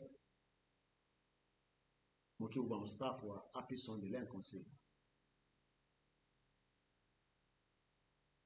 Mr. Olúwọlé Ọ̀ṣọ́ mo kí yín and on that note I will leave it like this. Mr. Yawadenike Adewale Mukinyi, Twitter and all the platforms. Take note of everything I have said. Èmi ò ń sọ̀rọ̀ ní bíbá ó ní mínì wà lọ review ẹ̀ ni máìkì diaspora kan sọ fún ẹ pé in tó fi ṣe yẹn ó fi dà lóru ni bẹ́ẹ̀ ni ìlú ti dàrú fún rẹ̀ rẹ́dì àkọ́ la dàrú. And on that note, God bless Yoruba land. God bless our leaders. God bless Igboho. God bless Baba Akintoye. God bless all the leaders of this movement. You cannot stop loving Professor Akintoye for the great work he's doing.